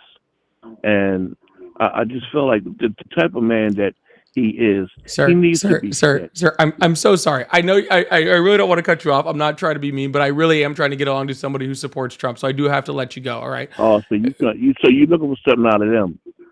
Well, no, sir. This is Okay. about having conversations with people on the other side, not about having conversations with people on my side. I do times where I have conversation with people on my side, but it is to have conversations with people on the other side. And that's just what this platform is for. But I hope you have a good one, okay? No, that's good. I know what I need to do. All right. Hello, how are you? What's up? Hello, how are you? Hello. Good, good. How are you? I'm doing great. How old are you? 40? Awesome. Do you still support Trump? Yes. Awesome. Why is that? Why do I support Trump? Mm-hmm. I support Trump because he's against a lot of evil, and if you believe in Jesus, you believe that what he's doing is different from what we believe in. You know what I mean? It's he's against it's more of a moral thing. You do realize that Donald Trump is not a Christian, right? No, I know. I mean, he's not Christian, but at least he supports Christians. and He supports Christians. So you think that him not being a Christian is more supportive than his opponents who literally are Christians? Like who? Kamala Harris was a Christian. Joe Biden was a Catholic. Yeah. But the thing is, do you see? I mean, if she was a Christian, she wouldn't be supporting abortion. Why? The Bible supports abortion. Nope, the Bible is against abortion. No, it's not. Numbers 5 literally gives instructions on how to give an abortion. Well, I mean, children were being sacrificed to other gods back in the No, Old this Testament. is literally instructions from God to a priest, a priest from the Bible on how to give abortions to women. You said Numbers 5. Mm-hmm. Okay. Yeah, I'm gonna have to look into that. But yeah, I mean, I support Trump. If he was to run a third term, I would vote for Trump. And I'm Mexican. So you Well, have I'm no, Mexican so you have American. no care for what's actually Christian, what's not. It's just really what you can paint as Christian in order for you to believe it. No, I believe he's like there's a lot of stuff that that he backs up, like National Day of Prayer. He literally went to the National Prayer Breakfast and said he has never read the Bible. It's insane. That's what he said. Yeah, this was literally like this week or last week. Oh, okay. I mean, I would have to look into that because that's not what I heard. Yeah, he also said he's never asked God for forgiveness for anything. Oh, yeah, I had to look into that too. I never heard of that. I mean, the reason why I support Trump is that I just want it changed, and I'm a trucker, and the industry is corrupt. There's no money to be made, and all these Democrat leaders like Obama, they allowed a lot of people to enter the industry, and it's really really messed up. Any truck driver can tell you that. The trucking industry because literally in of- 2025 lost billions of dollars in three of the major companies for declared Chapter 11 bankruptcy. Yeah, a lot of them went out of business. Yeah, because of Trump, the sir. So what did Trump do? He put tariffs on everything, which stopped things from moving as much. And when things stop moving, truckers don't work. So all this fraud that's going on, do you think all that it's because of Trump or because the Democrats were stealing from the government? Sir, the biggest thesis of fraud after COVID were places like Mississippi, which are overwhelmingly Republican, or people like, Rick Scott, who literally is a Republican senator who literally committed billions of dollars of fraud. What about Obama? What about him? He wasn't tied up in any kind of fraud scandals. Nope. Donald Trump literally can't run a charity in the state of New York because he defrauded children with cancer out of like $400 million. So, are you against ICE? Am I against ICE? Yes, I am against the practices of systematically separating children, of sending people to horrible detention centers and concentration camps, of shooting American citizens in the back, and provoking agitators. Yeah, I'm against all of those things. So, what president did not? Because like I said, I'm No president has ever done what this ICE is doing. A lot of my friends were MS-13, and they got deported. Back in 08 when Obama was president. Obama wasn't president in 08. Yeah, he was. Nope. Yeah, that's when he. Or was it? Yeah. He was president in 08. Nope. 07 he was president. Oh, he got elected president. 08 he became president. Nope. He didn't become president until 09. Oh, okay. You sure? Very. So, if your friends got deported, it was under Bush's administration. Yeah. Back in 08? Yep. Bush would have been president in 08. Yep. Well, I don't know, man. I just know there's a lot of corruption, and it just seems like we're getting nowhere. Everything's so expensive. Like I said, I know a lot of illegal immigrants myself, but everything that happened, like open borders, all that, I feel like it just messed everything up. Yeah, it messed up things so bad, sir, that we had, the lowest unemployment rate that we had in a really long time, lowest inflation rate we'd had, lowest inflation rate in the industrialized world. We were the most energy independent that we'd been in 70 years. We had a record number of job creation. Just screwed up just everything. Yeah, record high stock market numbers. So what do you think about, the government giving Venezuelans like $2,000 a month, while when that hurricane hit North Carolina, they didn't really. I think they gave them like $600. The $600 was just an initial FEMA payment. It wasn't the entirety of the amount, and that's the standard amount per law that goes out due to FEMA, right? And literally, the Secretary of Homeland Security, who's over FEMA, requested from Congress that they increase the budget and the amount of money that went out to hurricane victims, and the Republicans in Congress blocked them. Also, it was $750, but still. So it was the Republicans' fault that they didn't get the rest of the money? Yeah, literally, you had Republicans in states like North Carolina, Florida, like all these places who literally voted against increasing the budget for FEMA, right? For adding money to it, even though those states are the ones that are most likely to be hit by hurricanes. And so when hurricanes like Milton came along, and I forgot the other one, there was another big hurricane that went through Florida. Yeah, there wasn't the money there to even give them that. Yeah. Do you believe in Jesus? Do I believe in Jesus? Yeah. Oh no, I hail Satan. Yeah.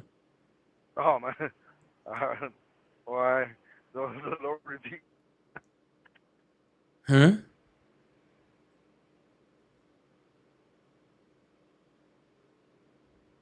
Hello? Were you raptured? Did Satan come get you? Can I get 666 in the chat? I think Satan actually came and took this one. Hello? It finally worked! It finally worked!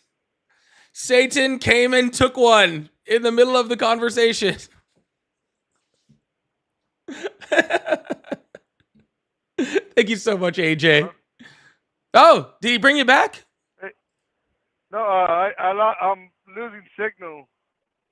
Oh man, I thought Satan got you. Yeah, man. No, man. Yeah, I mean, I can't say nothing about that. You have your own beliefs. I believe in Jesus, so I guess that's the difference of our different way of thinking. You know. Sir, I don't believe in Christianity, but yet I voted for a Christian. You believe in Christianity and you voted for somebody who's not. Oh, okay. So it like Yeah, I don't really know what this has much to do with it. Literally, Kamala Harris was like an actual real life Christian like in this world. And you didn't vote for her, but Donald Trump, who's never read the Bible, who says he's never asked for forgiveness, doesn't know anything about Christianity whatsoever, literally that's the person you voted for. So it's just kind of strange, right? When we talk about like Christianity when it comes to these things, like you seems like you're kind of on the wrong side of things over there. But anyways, man, I'm gonna move on to the next caller. Hope you have a good one, all right? Okay. Thank you. All right. Y'all, please make sure you guys hit that follow button, hit that subscribe button if you haven't already. I really appreciate you guys. Thank you so much. Thank you guys all for the 666 stuff in there. Looks like I thought the Antichrist had came and got him. I thought it was there. Y'all, if y'all would like support, I really do appreciate you guys. We're almost through this hand hearts goal over here, so I'd really appreciate if we could clear that off. Also, if you'd like to support, do super chats, super stickers, pay links in the bio. Oh, there was one over here I got too. I got to make sure. Colin, thank you so much for the $3. Said, if your Uncle Jack was stuck on a horse, would you help your... I shouldn't have laughed at that as much as I did. I can't read it out loud, but it is funny. And I laughed a little bit too hard at that. I really should read these things before I start reading them out loud. That was funny. I don't know if you guys know the rest of that joke, but that was funny. If your Uncle Jack is stuck on a horse, would you help your Uncle Jack? Hello, how are you? Hey. Hi, how old are you? I'm 23. Awesome. Do you still support Trump? Nah, I'm gonna be honest. I don't think he could ever have called me a Trump supporter. I supported him in like 2017, but I was just like a high school kid, and I just liked him because he was edgy, you know. And then I kind of stopped supporting him once I started working and kind of learned how like you have to be, you know, professional and act a certain way at a job. And I started looking at him, and I'm like, this guy has the most important job in the country. And if he worked really any other job, he would have been fired day one. Literally day one. But not only was he not fired, but they literally put him back in office. It's pretty crazy. But yeah, man, I'm going to move on to try to find Trump supporter, but I do appreciate you, all right? Oh, real. Thanks, man. Hello, how are you? Doing great. Awesome. How old are you? I'm 26. Awesome. Do you still support Trump? Oh, yeah. But I just wanted to ask, have you had your testosterone levels checked? Because you seem like you're kind of effeminate. I actually am very familiar with all of my hormones. Yeah. Pretty low, right? No, like, actually, like a chick. just about average, honestly. Like average like a chick, right? Average like a chick. Do you know what the correct hormone levels for a man are? way, probably. No, like, more do you know the number? Like, do you know what number it is? You're like 112. I'm like a 112. Yeah, I You, think chicks you are have like zero idea just whether that below is 100. correct or not, do you? You're about like 10 to. Sir, can I just give can I just like give you a piece of it? Oh shit. Can I give you a piece of advice? Also, Can I give you a piece of advice? I know you're. Sir, can I give you a piece of advice? And my advice would be. Sir, it is your you last must chance before I hang up the stay phone. Can I give you a piece of You advice? gotta stop being. All right. in love with So me. here's my advice, sir. If you're in love with a man like gotta me, stop being okay, if insane. you're in love with a man like me, just come out and say it, right? Don't try to talk about how you think I'm effeminate or how pretty you think I am or start talking about my genitals or anything like that. It's just weird. Like, just man up and be like, you know what? I think you're hot. Okay, I already know that. All right, so it's not really going to surprise me. But you can just be like, I think you're hot, right? And I would love to date you. All right. And I would be like, sir, thank you so much. I really do appreciate that. I think that that's very sweet of you, for for thinking about me like that. I really do. But unfortunately, I am straight, so I can't help you out. But hey, maybe I hope somebody, finds. But this whole like weird, like little like I'm gonna poke at you like a high school like kid. It's just Like strange. 112. Okay, it's just If you very ever feel like weird, and I 112, don't find it very maybe attractive. All right. to So, not be a sir, Trump, you gotta be more like 300, 600 or better. So the sir. 112 puts you. All right. Well, I'm gonna have to hang up the phone on you then, guys. There is a reason MAGA keeps crashing Grinder. All right. There's a reason why MAGA keeps crashing Grinder. Just come out and say it. Like, don't be a whole bitch about it,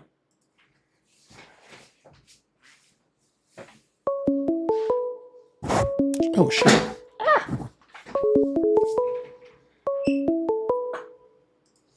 Hello, how are you? Hey, how you doing? Good. I'm doing well. How old are you? 43. So there's an echo. Check. Yeah. All right, that's better. Do you still support Trump? Yes, I do. Awesome. Why's that? I would say the biggest reason is there really is no alternative to Trump being the president at the moment. There's literally everyone is the alternative. Who would you be? Who would be your alternative? You, me, my Australian Shepherd, a goldfish, Ted Bundy.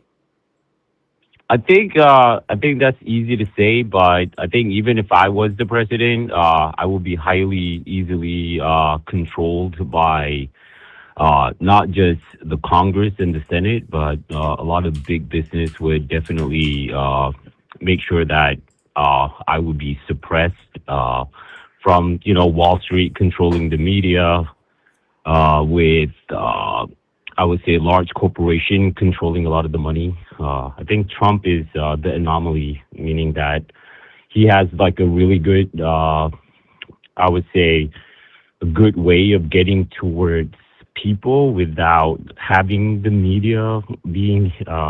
He literally took direct bribes from Apple, and he literally took direct bribes from people like Larry Ellison, and who took over things like all sorts of stuff. He literally, like, no joke, just literally, right, had Jeff Bezos make a Melania movie, which most of the money went directly into Melania's pocket, therefore going to Trump's pocket, right, because they're married, in exchange for him dismantling the Washington Post.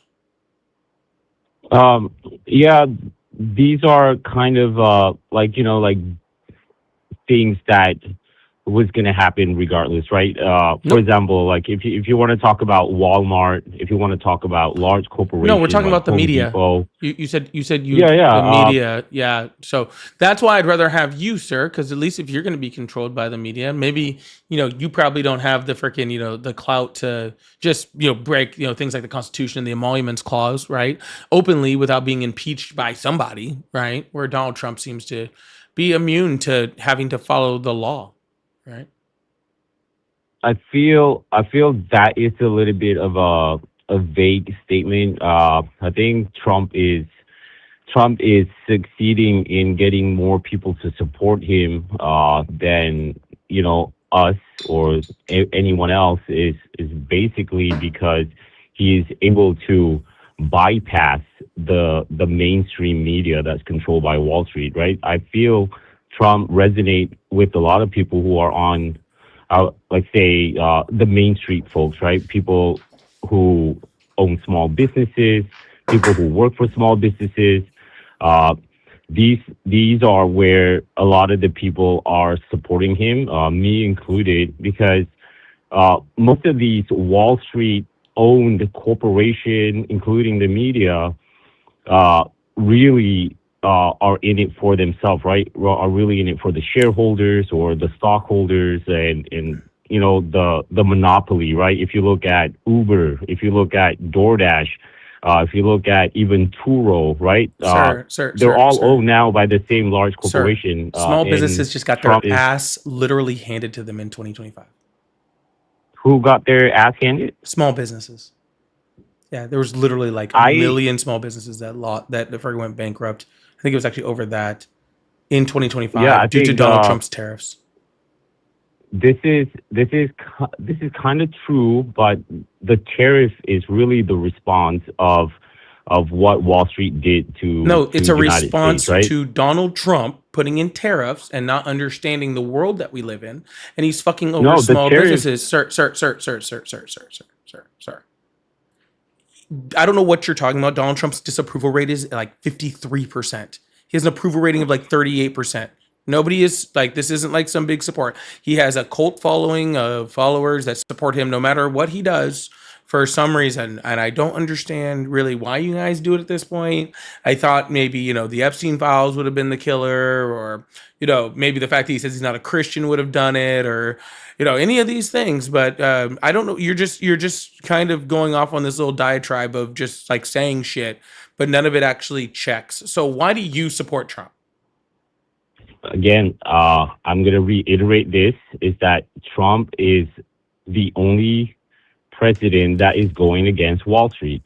How is he going against Wall Street, sir? He is literally beholden to Wall Street. He literally talks more about what the freaking what the stock market is doing than literally anybody else. He literally takes bribes from like some of the biggest freaking companies. Right. Is a direct hit on Wall Street. It's the way Wall Street do business. It's looking for the lowest bidder, the lowest cost. Literally have like record high stock market rates. Everything gets imported out from Southeast Asia, from record China, high stock market rates. Yes, and this is exactly why the stock market is growing again. Is that a lot of small business who are now back in Wall Street are getting all the capital. Sir, which one is it? Is Wall Street failing or is Wall Street not failing? You can't have both, sir. You were trying to tell me that Wall Street, that Donald Trump is attacking Wall. If you look at Wall Street right now, all of the large companies are losing their value. Listen, hello, listen with your ears, not with your mouth. You are both saying simultaneously that Donald Trump is attacking Wall Street and hurting Wall Street, and then simultaneously in the same sentence telling me that Wall Street is doing great. Okay? You cannot have both, and I am really getting tired of whatever you're trying to tell me. So can you please make a coherent point so that we can move on, because I'm not going to listen to this for much longer.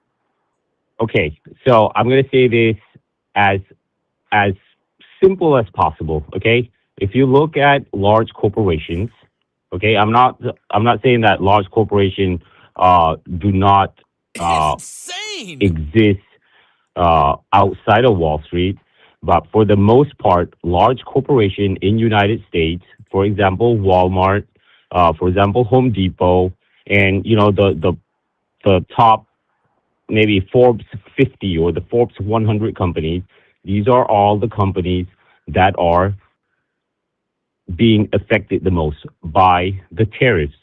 And why does the tariff affect them the most? It's because their business model is to import labor, is to outsource,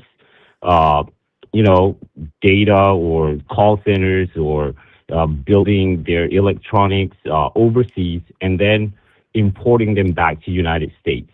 So when Trump creates a tariff, when Trump creates a tariff, the large corporation have to pay in back into the government instead of keeping the profit. Incorrect. The Instead Kiel of keeping Institute, the profit, they have to pay the government. just released a study that said over 90% of the cost of tariffs is paid by the American consumer. Whoever pays the tariff keeps the money inside of United States. Who pays right? the So tariff that's reason is number one. you and me and the, let's see, between all the lives, about 2,500 people that are watching this live. Walmart doesn't pay the tariff. Amazon doesn't pay the tariff. We pay the tariff. The consumer pays but the when tariff. we pay the tariff, Walmart is the still money doing stays just in fine. United States. It was when always, we don't pay the tariff, the money goes to China. The money goes What to are India. you The money talking goes about, to sir? Southeast The Asia. exact same amount of money that was going to China is the exact same amount of money that's still going to China. What are you talking about? If there's a freaking phone that's made in China and the Chinese were selling it to us for $500 and Donald Trump puts a 100% tariff on it, then guess what? $500 for each of those phones still goes to China. Just another $500 goes to the American government from us. It's just paying more taxes. That's all it is. It's just the American consumer paying more taxes. That's all the it is. corporation now have to subsidize the cost They are of not these subsidizing it. tariffs. 96% of the And tariff cost is being paid by the American consumers. It is not being subsidized by China. It's not being subsidized by the companies. It is being okay, paid so by the American okay, consumer. fine. If you don't want to agree with this, it's fine. It's not an but the agreement second thing, sir. point That is a is, fact. Sir, it's the sir. energy. Nope. It's the energy policy. We're not just moving on Trump, as if that was an opinion. Okay? I'm not just moving on from So- that as if that is my opinion versus your opinion. It is not an opinion thing that we're dealing with right here. Okay? This is the facts I'm and giving reality you of the hard situation. facts. No, I'm giving you hard facts, that- sir. The fact of the situation is that these companies are tariffs- not eating the cost of the tariffs. Period. Okay? Okay, if you wanna believe that, it's fine. And now I'll the put it other on one the is screen so the energy literally cost. everyone here can see, okay, contrary to U.S. government rhetoric, the cost of U.S. import tariffs are not borne by foreign exporters, except for they hit the American economy itself. Importers and consumers in the U.S. bear 96% of the tariff burden, according to new research from Kiel Institute for the World Economy. I'm not saying who's paying the tariff. I'm saying it hurts the large 500 Forbes companies, the 50 top companies on that Wall Street listing, which opens up the capital to the bottom smaller companies who are on Wall Street as well. No, Now because the majority of the large companies are being broken up. the majority of those People small like companies. Comcast were not going to be able to afford to buy every movie studio in the world now, because now there's movie Paramount studios is, in Malaysia and Netflix are. Yeah, same thing. They're not going to be able to open a movie studio in China, because then all of those movies are just not going to be able to be sold. They're going to have to open a movie studio in California back again. We weren't all of making these- movie studios in China. Yes, they are. That's not a. That's not a. In huge- Malaysia, there's a huge movie studio right across Singapore. Right across Singapore, they're Yeah, building we have them huge in data all sorts centers. of this country. That is not a huge thing. Are you talking about data centers? Because data centers were already being No. built here before Donald Trump was became president. I'm not talking about data center. I'm talking about movie production studios, literally being built all around the world, so they can be produced at a lower cost Sure. cameraman, lower cost this and that. I'll be and, straight up. and the other I don't one know. is the I don't energy know. policy. I don't know shit about movie studios. Okay, I really don't. Maybe they're building Yes, them all over the I place. get it. I really, there's sir, a big issue. sir. I don't know anything about movie studios. To be completely honest with you, if that's what we're down to, Donald Trump's tariff policies are affecting movie studios. Well, freaking people can't afford It's just an fucking example. groceries because people can't afford groceries because of his tariff policy. How freaking the affordability of consumer goods are skyrocketing can't- due to Donald people Trump's can't tariff afford policies. groceries But I guess, because, guys, Walmart sir, I'm and talking, Target sir, is I'm talking, the sir, monopoly. I'm talking, sir, I'm talking. But literally, I don't think I'm overly worried about where they're fucking producing movies. Okay, if That's not nobody the can, point. I'm gonna hang up the phone. You talk while I'm talking again. I have been sick all day. I am running on Dayquil. I am not in the mood. Thank you. Okay. What I am saying, sir, is I don't think that movie production is the big freaking thing when it's going to the United States, when nobody can afford to go to the movies anyway because inflation is through the fucking roof. Okay. So what I'm saying is, sir, I am much more concentrated on the things that are actually affecting the American consumer. Groceries, right? Your consumer goods, your brooms, your mops, your Swiffers, or anything else like that, right? Those are things that are much more, much I agree. higher direct effects than any of this stuff you're talking about. And those things are not coming back to the United States due to Donald Trump's tariff policies. At the same time, okay, these small businesses who actually are American small businesses who are producing tons of goods are going out of business at a record rate because they can't produce in China and it costs too much to retool a factory in the United States to be able to do it. So they're just going out of business. And when those small businesses go out, what that does is that feeds the economic numbers for places like Walmart, for places like Amazon. Those giant companies can cover the cost. They can freaking, they can raise their prices. They can even subsidize if they need to. They can work off of months of inventory and they can survive the tariffs. Small businesses can't. Okay, I agree that you are really getting close to to the truth here is that there is a fundamental problem with the way the economy of the United States is going right now, where large corporations can survive. These suppression, these tariffs, these federal government pushing companies to repatriate their production back into the country so it can create jobs and it can create business that can support the supply chain. You are getting close, and the tariff is like a little small catalyst that will force large corporations to rethink their strategy of keeping the supply chain overseas. And over time, small businesses are going to be able to compete again as the cost of producing in United States would match the cost of producing it overseas with the tariff that the large company can afford. Okay. This So is no, what I you're meant getting by close. Trump trying to break up the large Wall Street monopoly over our economy. So no, sir, I'm not getting close. You're getting close. I'm already there. Okay. And the truth of the matter is that these tariff costs are not going to do that for multitudes of reasons. Insane. One, okay, the tariff costs do not make up for the labor costs or the cost of natural resources in order to make these products. So they're literally, even at 100% tariff, won't cover it to a point where it changes the manufacturer, changes the structure of these companies. Two, the Supreme Court has yet to even rule on whether these tariffs are legal. So therefore, even if so there's a good chance that sometime this summer the Supreme Court rules that all of these tariffs just go away. So now, therefore, none of these companies have a reason to change their business model in order to accommodate a policy which might not be here in 6 months. Not to mention the fact that most of these factories are going to take, 5 to 8 years in order to, move their factories, to retool their factories, to bring them to the United States, even if they wanted to do that and all the rest of the stuff I said wasn't true, right?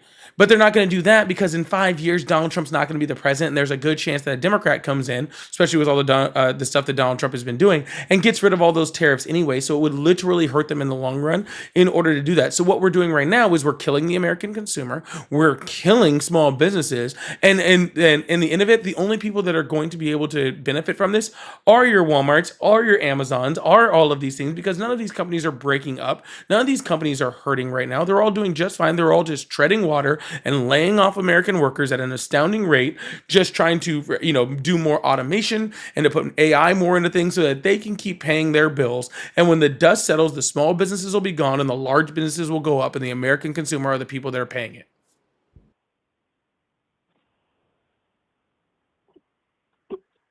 I agree with what you're saying, and I am glad that you're saying this to all of the listeners out there, is that the biggest problem that our economy currently has is the large company that has a big monopoly over the everyday lives. The inflation is not caused by the tariff, but by the monopoly. It is caused by Home Depot doing a price change every single day. Walmart does a price change every single day. All of these grocery stores that have already put out all the small businesses in the last 20 years to 25 years, we have lost all of the small stores. It did not happen when Trump got elected. Trump got elected because all of these alternative stores have disappeared due to very bad policies that Wall Street injected into this economy by controlling the Congress, by controlling the senators, by lobbying all of these people in. And Trump is the anomaly that we finally got. He is that bowling ball that got thrown in to this lane where the disruptor of this system, where Wall Street was somehow able to successfully, they were able to control the entire government outcome. They were able to control how the Congress would make laws, how the Senate would push on laws very quickly, and then whoever. No, sir. the All of those president things happen that you was just said because signing of off things. deregulation within our market, right? That's why they all happen, and that deregulation happened due to Republicans. Okay.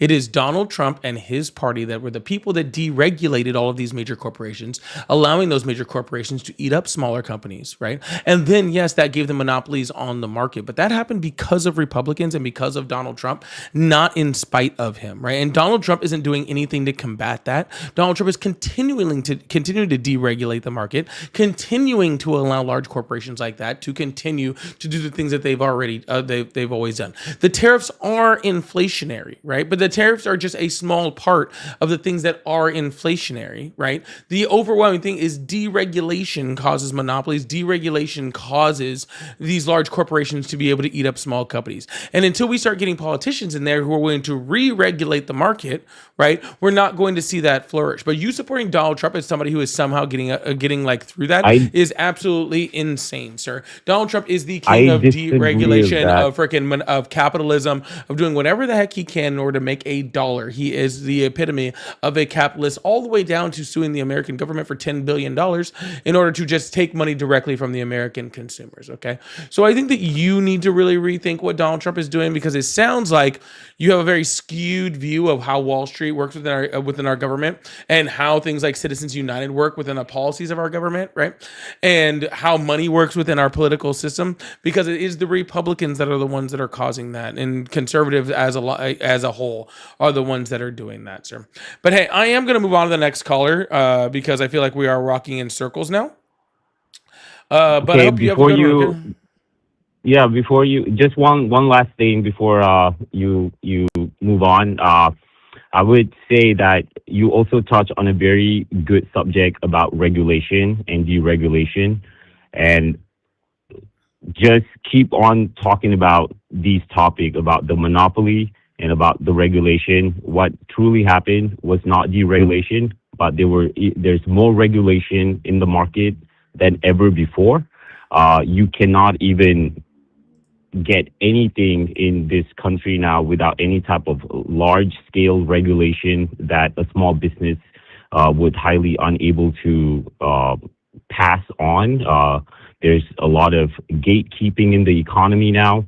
There's a lot of different regulation that keeps small business out of business, and really the regulations are made in a way where these large monopolies are the one who could only be the one that could comply to these regulations. From a small mom and pop pharmacy, you don't see them anymore because Walgreens and CVS have bought out all of them out, and then changed the regulation. We've already done this part. I understand that large corporations have done this. That has happened over a long time, over attrition due to deregulation. Okay. That is what has happened. And also, okay? But sir, I am going to let you go and move on to the next call. The energy policy of getting oil prices back in the world circulation as being low cost, not just for United States but for the whole world. Getting petroleum prices back down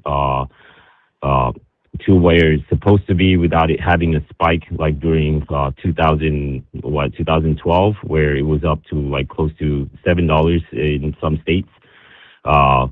And I think this is the other reason why Trump is getting a lot of support, including for myself, where he actually sees the long-term benefit. Yeah. We literally in 2024 under Biden produced more oil than any time in American history. We outproduced Saudi Arabia. Okay, we're the most energy independent we had been in 70 years. Okay. I don't know what you're talking about when it comes to Trump and oil prices being better. Biden's oil production in the United States was record numbers. Okay. We literally had more oil than we could refine. All right. Well, the reason why gas prices went so high is because Donald Trump capitulated to big oil, making sure that he negotiated the OPEC Plus deal. Okay, which was what set off the high energy prices that happened between the years of like 2021, 2022. Okay. So Trump's oil production is not better. It's not good. His prices are not good. Okay. He just, for the majority of the time he's been president, they were higher than when he took office. All right. So it's just simply not true. But I want to move on to the next caller. And I don't know, like, I'm not trying to be like a jerk or whatever, but like I said, I have been sick all day, and there's something about your voice that just makes me like want to go to sleep. Maybe I need more Dayquil or something. But I feel like I had this science teacher when I was in high school forever ago. Great science teacher, really was. Had the most monotone voice, and he just would put me to sleep. It's the reason why science isn't my strong suit to this day. Like straight up, because it just puts me to sleep, man. Oh goodness. I'm sure he was a nice guy. It's fine. It's just me. It's me. This is on me. This is a me thing. Okay. This is on me. I've been sick today. So I'm like, maybe I need to take some Dayquil and jump into this thing. All right. Y'all, please make sure you guys hit that follow button, hit that subscribe button if you haven't already. I really, really appreciate you guys. Thank you so much. If you guys are over on TikTok side, let's get this thing up to, what are we at? What?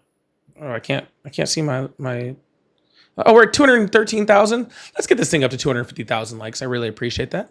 And if you guys would like to help me light up my live gift goal, this is the start of a new week, so we are trying to light up the gift gallery. So go up to the top, up on the left, hit that live gift gallery. If you want to see something that you can light up and you can help support, I really appreciate that.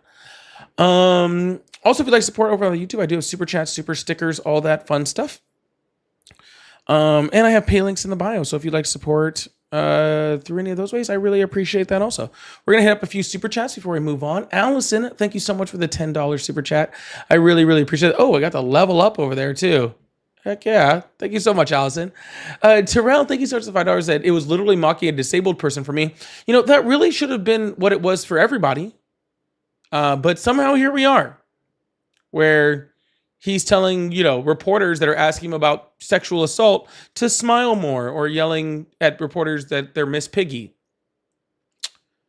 Which is, and the sad part is that's like not even like the worst things that he's done recently. So that's what's pretty horrible. But thank you, Terrell. I appreciate that. Cool. Thank you so much for the floating heart. Lovely goddess. Thank you so much for the $5. And hope you feel better soon, Polly. I'm sharing a cold with you. It is not fun. I don't get sick that often. Just picked a really bad time to do it. So, Perry Peasy, I'm doing it right now because I'm sick. I'm getting the ums out and all sorts of stuff because I'm sick. You're gonna have to give me a break on the ums and the uhs today, okay? Just let me have them for the day, okay? Verillion, thank you so much. That I love when MAGA claps for 1 trillion in tariffs and able to fathom that it came from already taxpaying Americans. I guess the part that really gets me is, like, you really think we're making China pay tariffs? That doesn't even make sense. That doesn't even make sense. I don't really get it. Megs, thank you, Verillion. Megs, thank you so much for the gifted. And CJ, thank you so much for the thumbs up. All right, we're going to open up these phone lines, keep this thing going. And while we're trying to get a call, I'm going to take some stuff.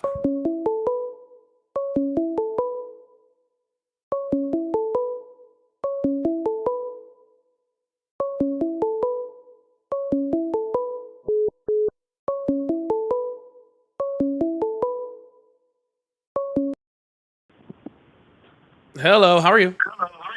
Hey, what's going on, man? Not too much. How old are you? I'm 40. Awesome. Do you still support Trump? Was that? Do you still support Trump? So not for the reasons everybody else does, I guess. You like him because of the picture of the Obamas he posted, huh? No, negative. That's why you still support. I mean, as somebody who, are you a black man? Yes. Yeah, not trying to get racial. Just I listen to a lot of voices, so I can usually pick it out. No, I'm so-called black. But I would like him because he actually making people look at themselves right now, man. All this foolishness, like these people on these phone calls, he's making all this stuff just move a little bit faster, as far as tearing up everything, the economy, people's livelihoods. He's making people really look at themselves, and I appreciate him for that, because I don't know how long it would have been until we had someone like him. Who the fuck is looking at themselves, sir? What's that? Who the fuck is looking at themselves? Who's looking at themselves? Yeah, we literally had 6 million people turn to an alternate halftime show, so they didn't have to listen to Spanish while they watched a dude lip sync who sings songs about how he likes, girls underage. Nobody's looking at themselves, sir. There is 30 to 40% of Americans, for some odd reason, that do not give an actual shit about what Donald Trump does, what kind of racist rhetoric things he does, or racist things like he does like that. And what you're arguing for is like a accelerationalist argument, right? And it's not happening, sir. They're just allowing the bigots to be bigots. Man, I you know what? I can't totally disagree with you. You know, but honestly, man, you know, I'm gonna say this and I'm gonna get off. I'm gonna let some more idiots get on here, man. Now, I'm just really, really thankful for this idiot right now. You know, because there are a lot of people, you know, outside of these. Bro, there's so many people out here getting their shit together in this area. There's so many people who have actually linking together and trying to actually plan and build for the future outside of this idiot making America the worst it's ever been. But yeah, man, I'm gonna go ahead. I'm gonna continue to watch the show, and God bless, bro. All right, man. Have a good one.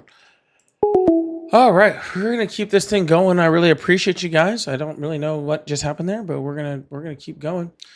Gloria, thank you so much for the $10. Said keep up the good work. I really appreciate that, Gloria. Thank you so much. W's in the chat for Gloria and Burns a lot. Hopefully not when you pee. Said, they think prices will go down when tariffs end? They will not. I think we already learned our lesson on that. That's not the way things work. They're just going to stay exactly where they're at because when the market decides that's how much you're going to pay for things, then people keep paying for them. That's capitalism, baby. But really, if it burns when you pee, get checked out. There's pills for that. I also do want to remind people too, just to let you guys know, if you guys are on YouTube and you're watching me on the Portrait Live and you would like a little bit more of a calmer viewing experience, I do have a landscape live, especially if you're watching me on a TV or watching me on an iPad or something like that. You could have a little bit of a better viewing experience. So first of all, hit that follow button, hit that subscribe button, do all of that stuff. And then you can actually go to my profile and you can see me over there too. So if you would like to check out that live, go over there. It's not for everybody, but it's a little bit of a calmer viewing experience, a lot more friendlies and stuff over there. And especially if you're watching on certain platforms or certain, aspect ratios, it could be a lot better for you. So just letting you guys know it's there. My people over there are really cool. That's usually where the gifted memberships come from too, honestly. Usually. Ooh, I didn't mean to put that up. All right. See, that's how that you can tell I'm sick. I'm clicking on the wrong things over here. Need some water. Need some more water.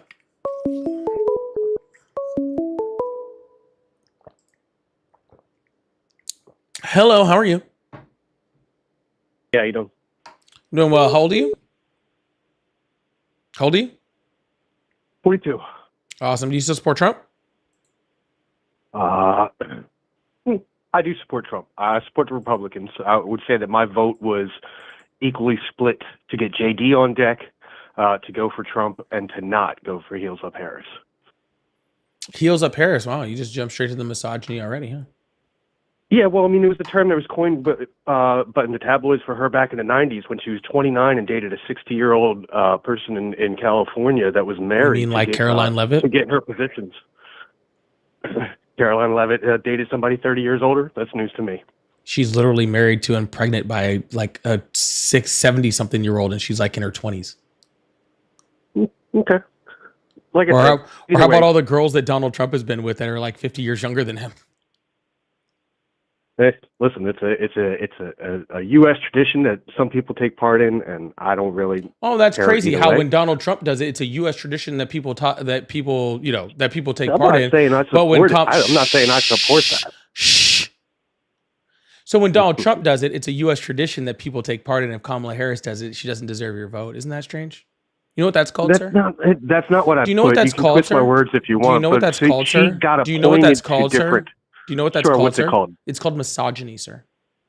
It's That's called fine. I'm a misogyny. misogynist. You call me a misogynist. I'm okay with that. I'm sure you are. So, what topic would you like to talk about? How you're a 'Cause bigot and a I piece of could shit. refute- Yeah. That's cool. I'm all right So with that. was You're it a your fucking parents' soft fault man. for raising you poorly, or were they just siblings and couldn't help it? Could be a little bit of both, but my life's doing pretty goddamn good since Trump got in office, and I love watching this shit every single day across the country. Oh, I cool. like watching all the Well, you fraud can get watch it found. from someplace else because I don't want to fucking talk to you. All right, we're gonna move on to somebody else. Hello, how are you? Oh, pretty good. How about yourself? I'm doing great. How old are you? I'm 31. Awesome. Do you still support Trump? I do, and there's a couple of reasons why, and it's not because of his personal, how he carries himself. He's a shitty human being. He's a horrible business person, but he does have some policies that, for the average American, and when I say average, I mean rural Americans, that makes sense.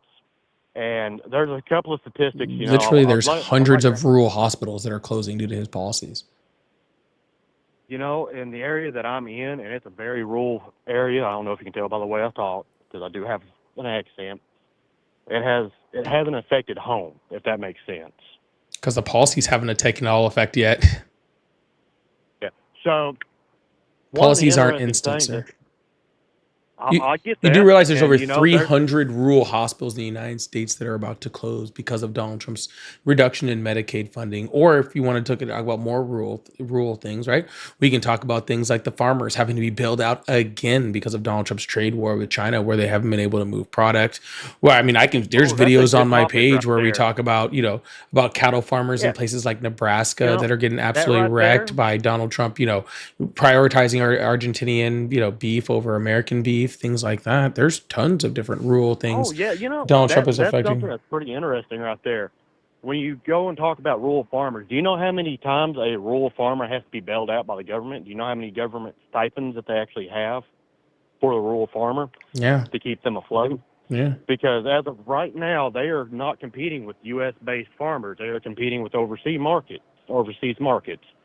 And a lot of the farmland in the U.S. is not owned by United States farmers. They're owned by either conglomerates or by foreign national that is farming on U.S. soil. The majority of it is just large American companies that are farming. Now there is some of that stuff, but regardless of any of that, there's large portions of American farmers that rely specifically on exports, and they can't export due to Donald Trump's policies. Soybean farmers, for example. Now, something that I like to talk about, and I don't know if you'd be keen to hear me out on it.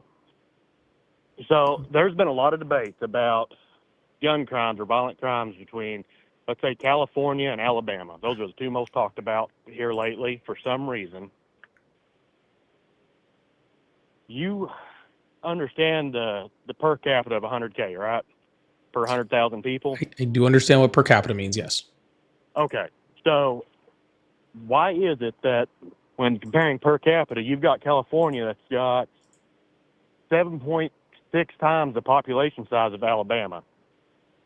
You know that a single incident in a smaller population size affects the number greatly, whereas the number in a larger population size on per capita is like a water drop in a bucket. That's literally what per capita does, yeah. Yeah. So if we used to scale down, I shouldn't say scale down, but if we used to match the per capita numbers for California to Alabama, say on population, that would put the per capita that you'd be pulling from would be 13.6 thousand people. Sir, I'm very familiar with the term per capita and how it works. What's your point? My point is when it comes to parties in general, because I've been a Republican all my life, and the gun issues is a big one in general. A lot of the Democratic leaders like to push for gun control, and they try using the smaller states. Granted, the education in the smaller states is horrible. We need to focus on education. The way Donald Trump handled education was absolutely horrendous, for one. But it's something that there needs to be a common ground where, Sir, we just spent like a whole bunch of time talking about per capita. What was that for? So, would you say under a Democratic president or a Republican president that violent crimes are more likely to happen or less likely to happen? I don't think that the president of the United States is overwhelmingly the catalyst behind violent crime in the United States. How about the Democratic leadership to Republican leadership in general? I don't think that those are the catalyst. You know what the number one catalyst for crime in the United States is? Or in anywhere for that matter?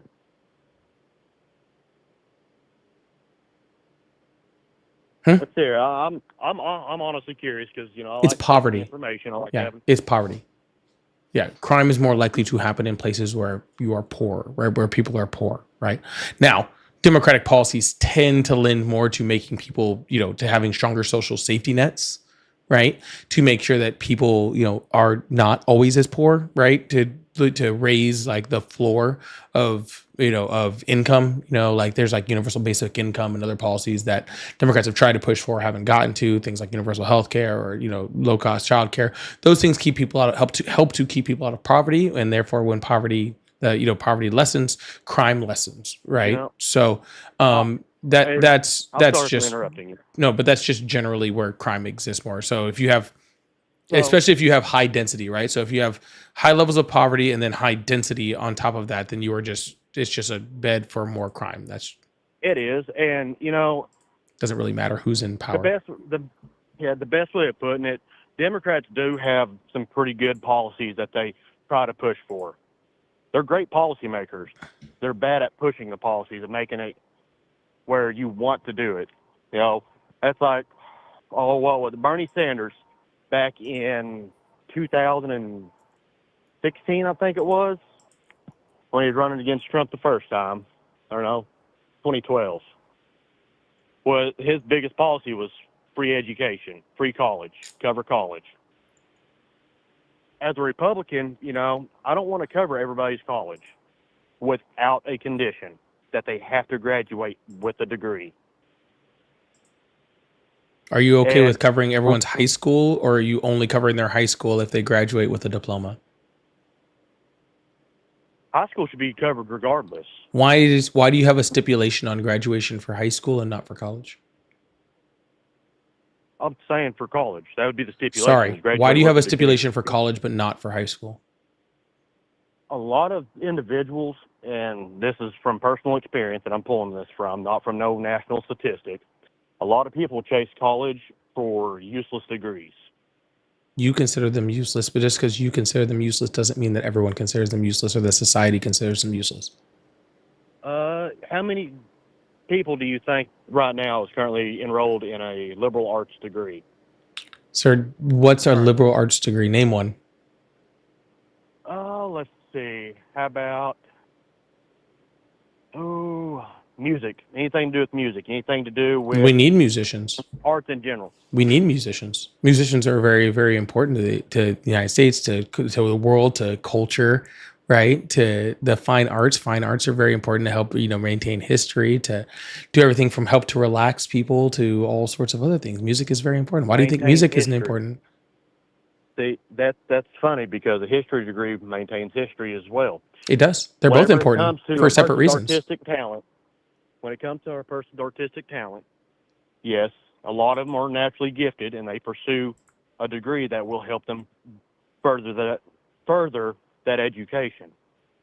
But at the same time, there are some people that don't know a lick about it, going in to chase that degree and wind up in thousands of dollars of debt, end up dropping out. Life happens. But at the same time, if I'm having any increase on the taxes I'm paying in, why should I cover that person's? Because you need someone to college if they're teach not high putting school in- music. I had a great music teacher in high school. I was Yeah. I was in the marching band. I played quad. Yeah, that person had a music degree.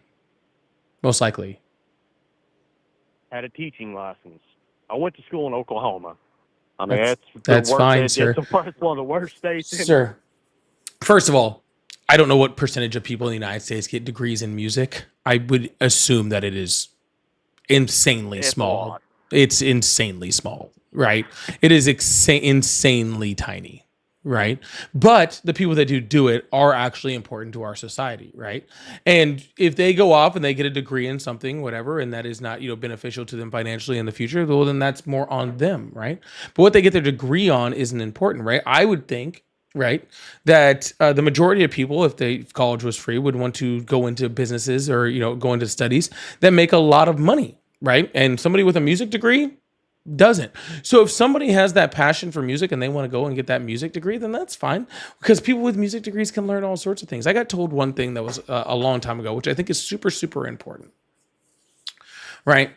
There are certain degrees, like, if you're going to be a doctor or you're going to be a lawyer or you're going to be an engineer, it is very, very important that you learn, very specific things, right? Like, I don't want a doctor that did not go to medical school. I think that's very important, right? But what degrees really show people and show employers and show all sorts of, things is a whole different, is just a set of skills. One, it shows them that you know how to critically think, right?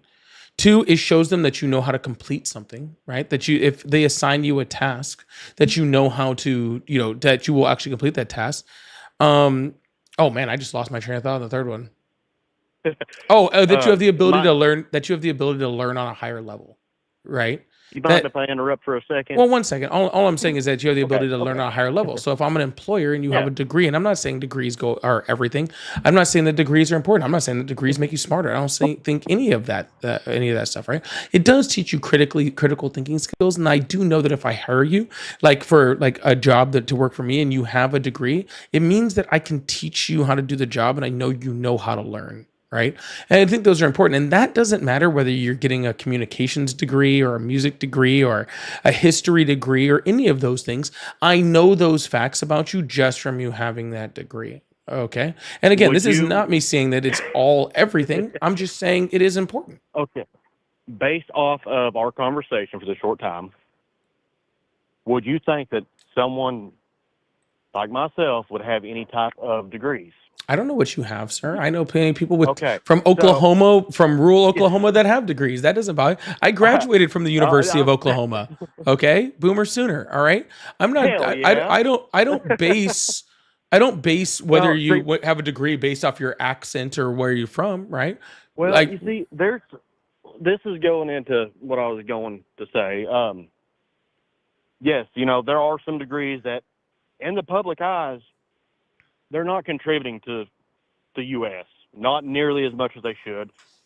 And that's something that, a few people and a crowd can agree on. There's some degrees that somebody goes and chases just to have a degree. They don't use anything or do anything to use it. I went to a technical college. I learned a trade. And that's something that I think needs to be more frequent in the U.S. is people going out and learning trades. Trades are on the rise right now in the United States. Those are also important, sir. But sir, you're saying, guess what, sir? I think trade school should also be free. Okay, not free, but I think it should be socialized. I think if you want to go to a trade school, I think that's awesome, right? And I think that the government should make sure that is an easier thing for you to do. And I think if you want to go to college and go be a doctor, I think that is super important. And I also think if you want to go get a music degree, I also think that that's super important. And all of those things should be affordable for the American consumer, right? I'm not making any type of generally saying that it has to be over here or over there. I'm just having a peaceful conversation. I'm peaceful, sir. I'm super peaceful, sir. I'm so thankful that you're super respectful. That's something I can say. I've found this conversation pretty enjoyable so far, even if I sound a little stupid on some topics. It's not a matter of being stupid, sir. It is literally a matter of some people want to go to trade school. Some people want to go to college. Some people want to be engineers. Some people want to don't want to do this, want to do that, right? There's certain people, but I guarantee you, like I promise you, and here's what I promise you: we make education like affordable, like truly affordable in the United States, right? Like it is in many other countries. What you're going to see is a lot more engineers coming from the United States instead of India, right? See, and that's one thing. Affordable, I can handle.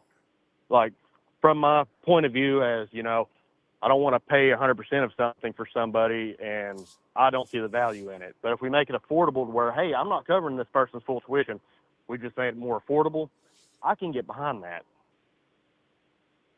Yeah, sure. That's all it is. Like I was watching a video. Somebody said their mom has a music degree and makes a lot of money. I'm not saying that not everybody with a music degree doesn't make money. That wasn't my point. Sorry if I offended you.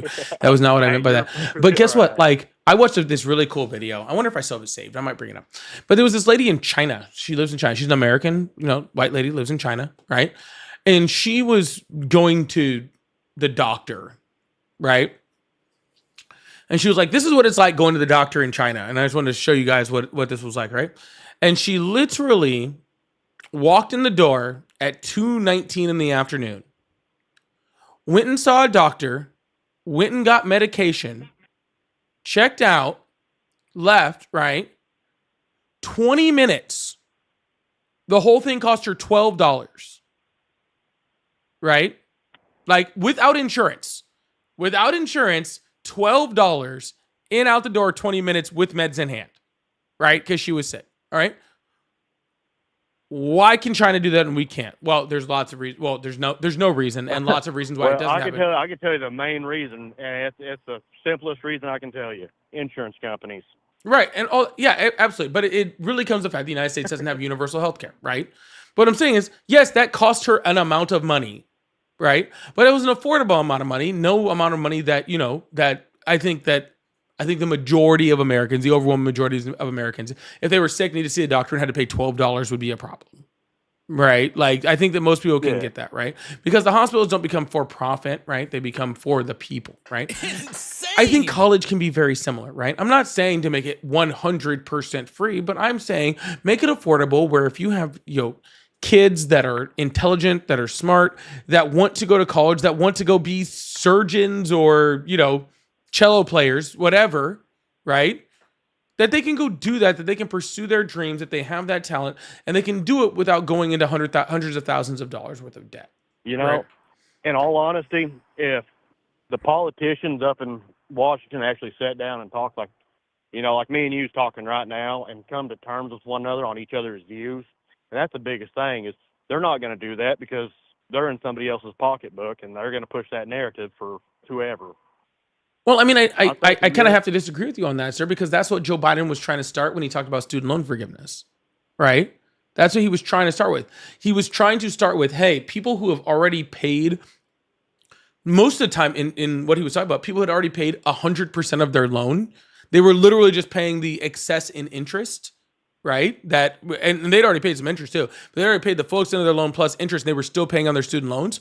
Let's relieve them of that burden so that they can go on with, with helping out society instead of being locked down to these predatory banks, right? That was what was attempted. I was working all the time during Joe Biden's reign or presidency. I shouldn't say reign. That just sounds bad. But during his presidency, so I didn't pay much attention to politics. And, forgiving the interest on a student loan if the principal is paid off, go ahead and do it. Forgive it. Because at this rate, it's the same way with how a lot of Americans are in debt or in property, is it's the interest rates that are killing them. Right. But what I'm saying is that was step one towards what could have gotten us to affordable college, right? Affordable trade schools, affordable, all those things, right? That was step one. But what happened? It was blocked by Republicans who lost their minds because they were trying to make college affordable, right? Like, and this is more of a progressive policy, and Joe Biden was far from a progressive, right? Far from a progressive, right? Like way far from a progressive, right?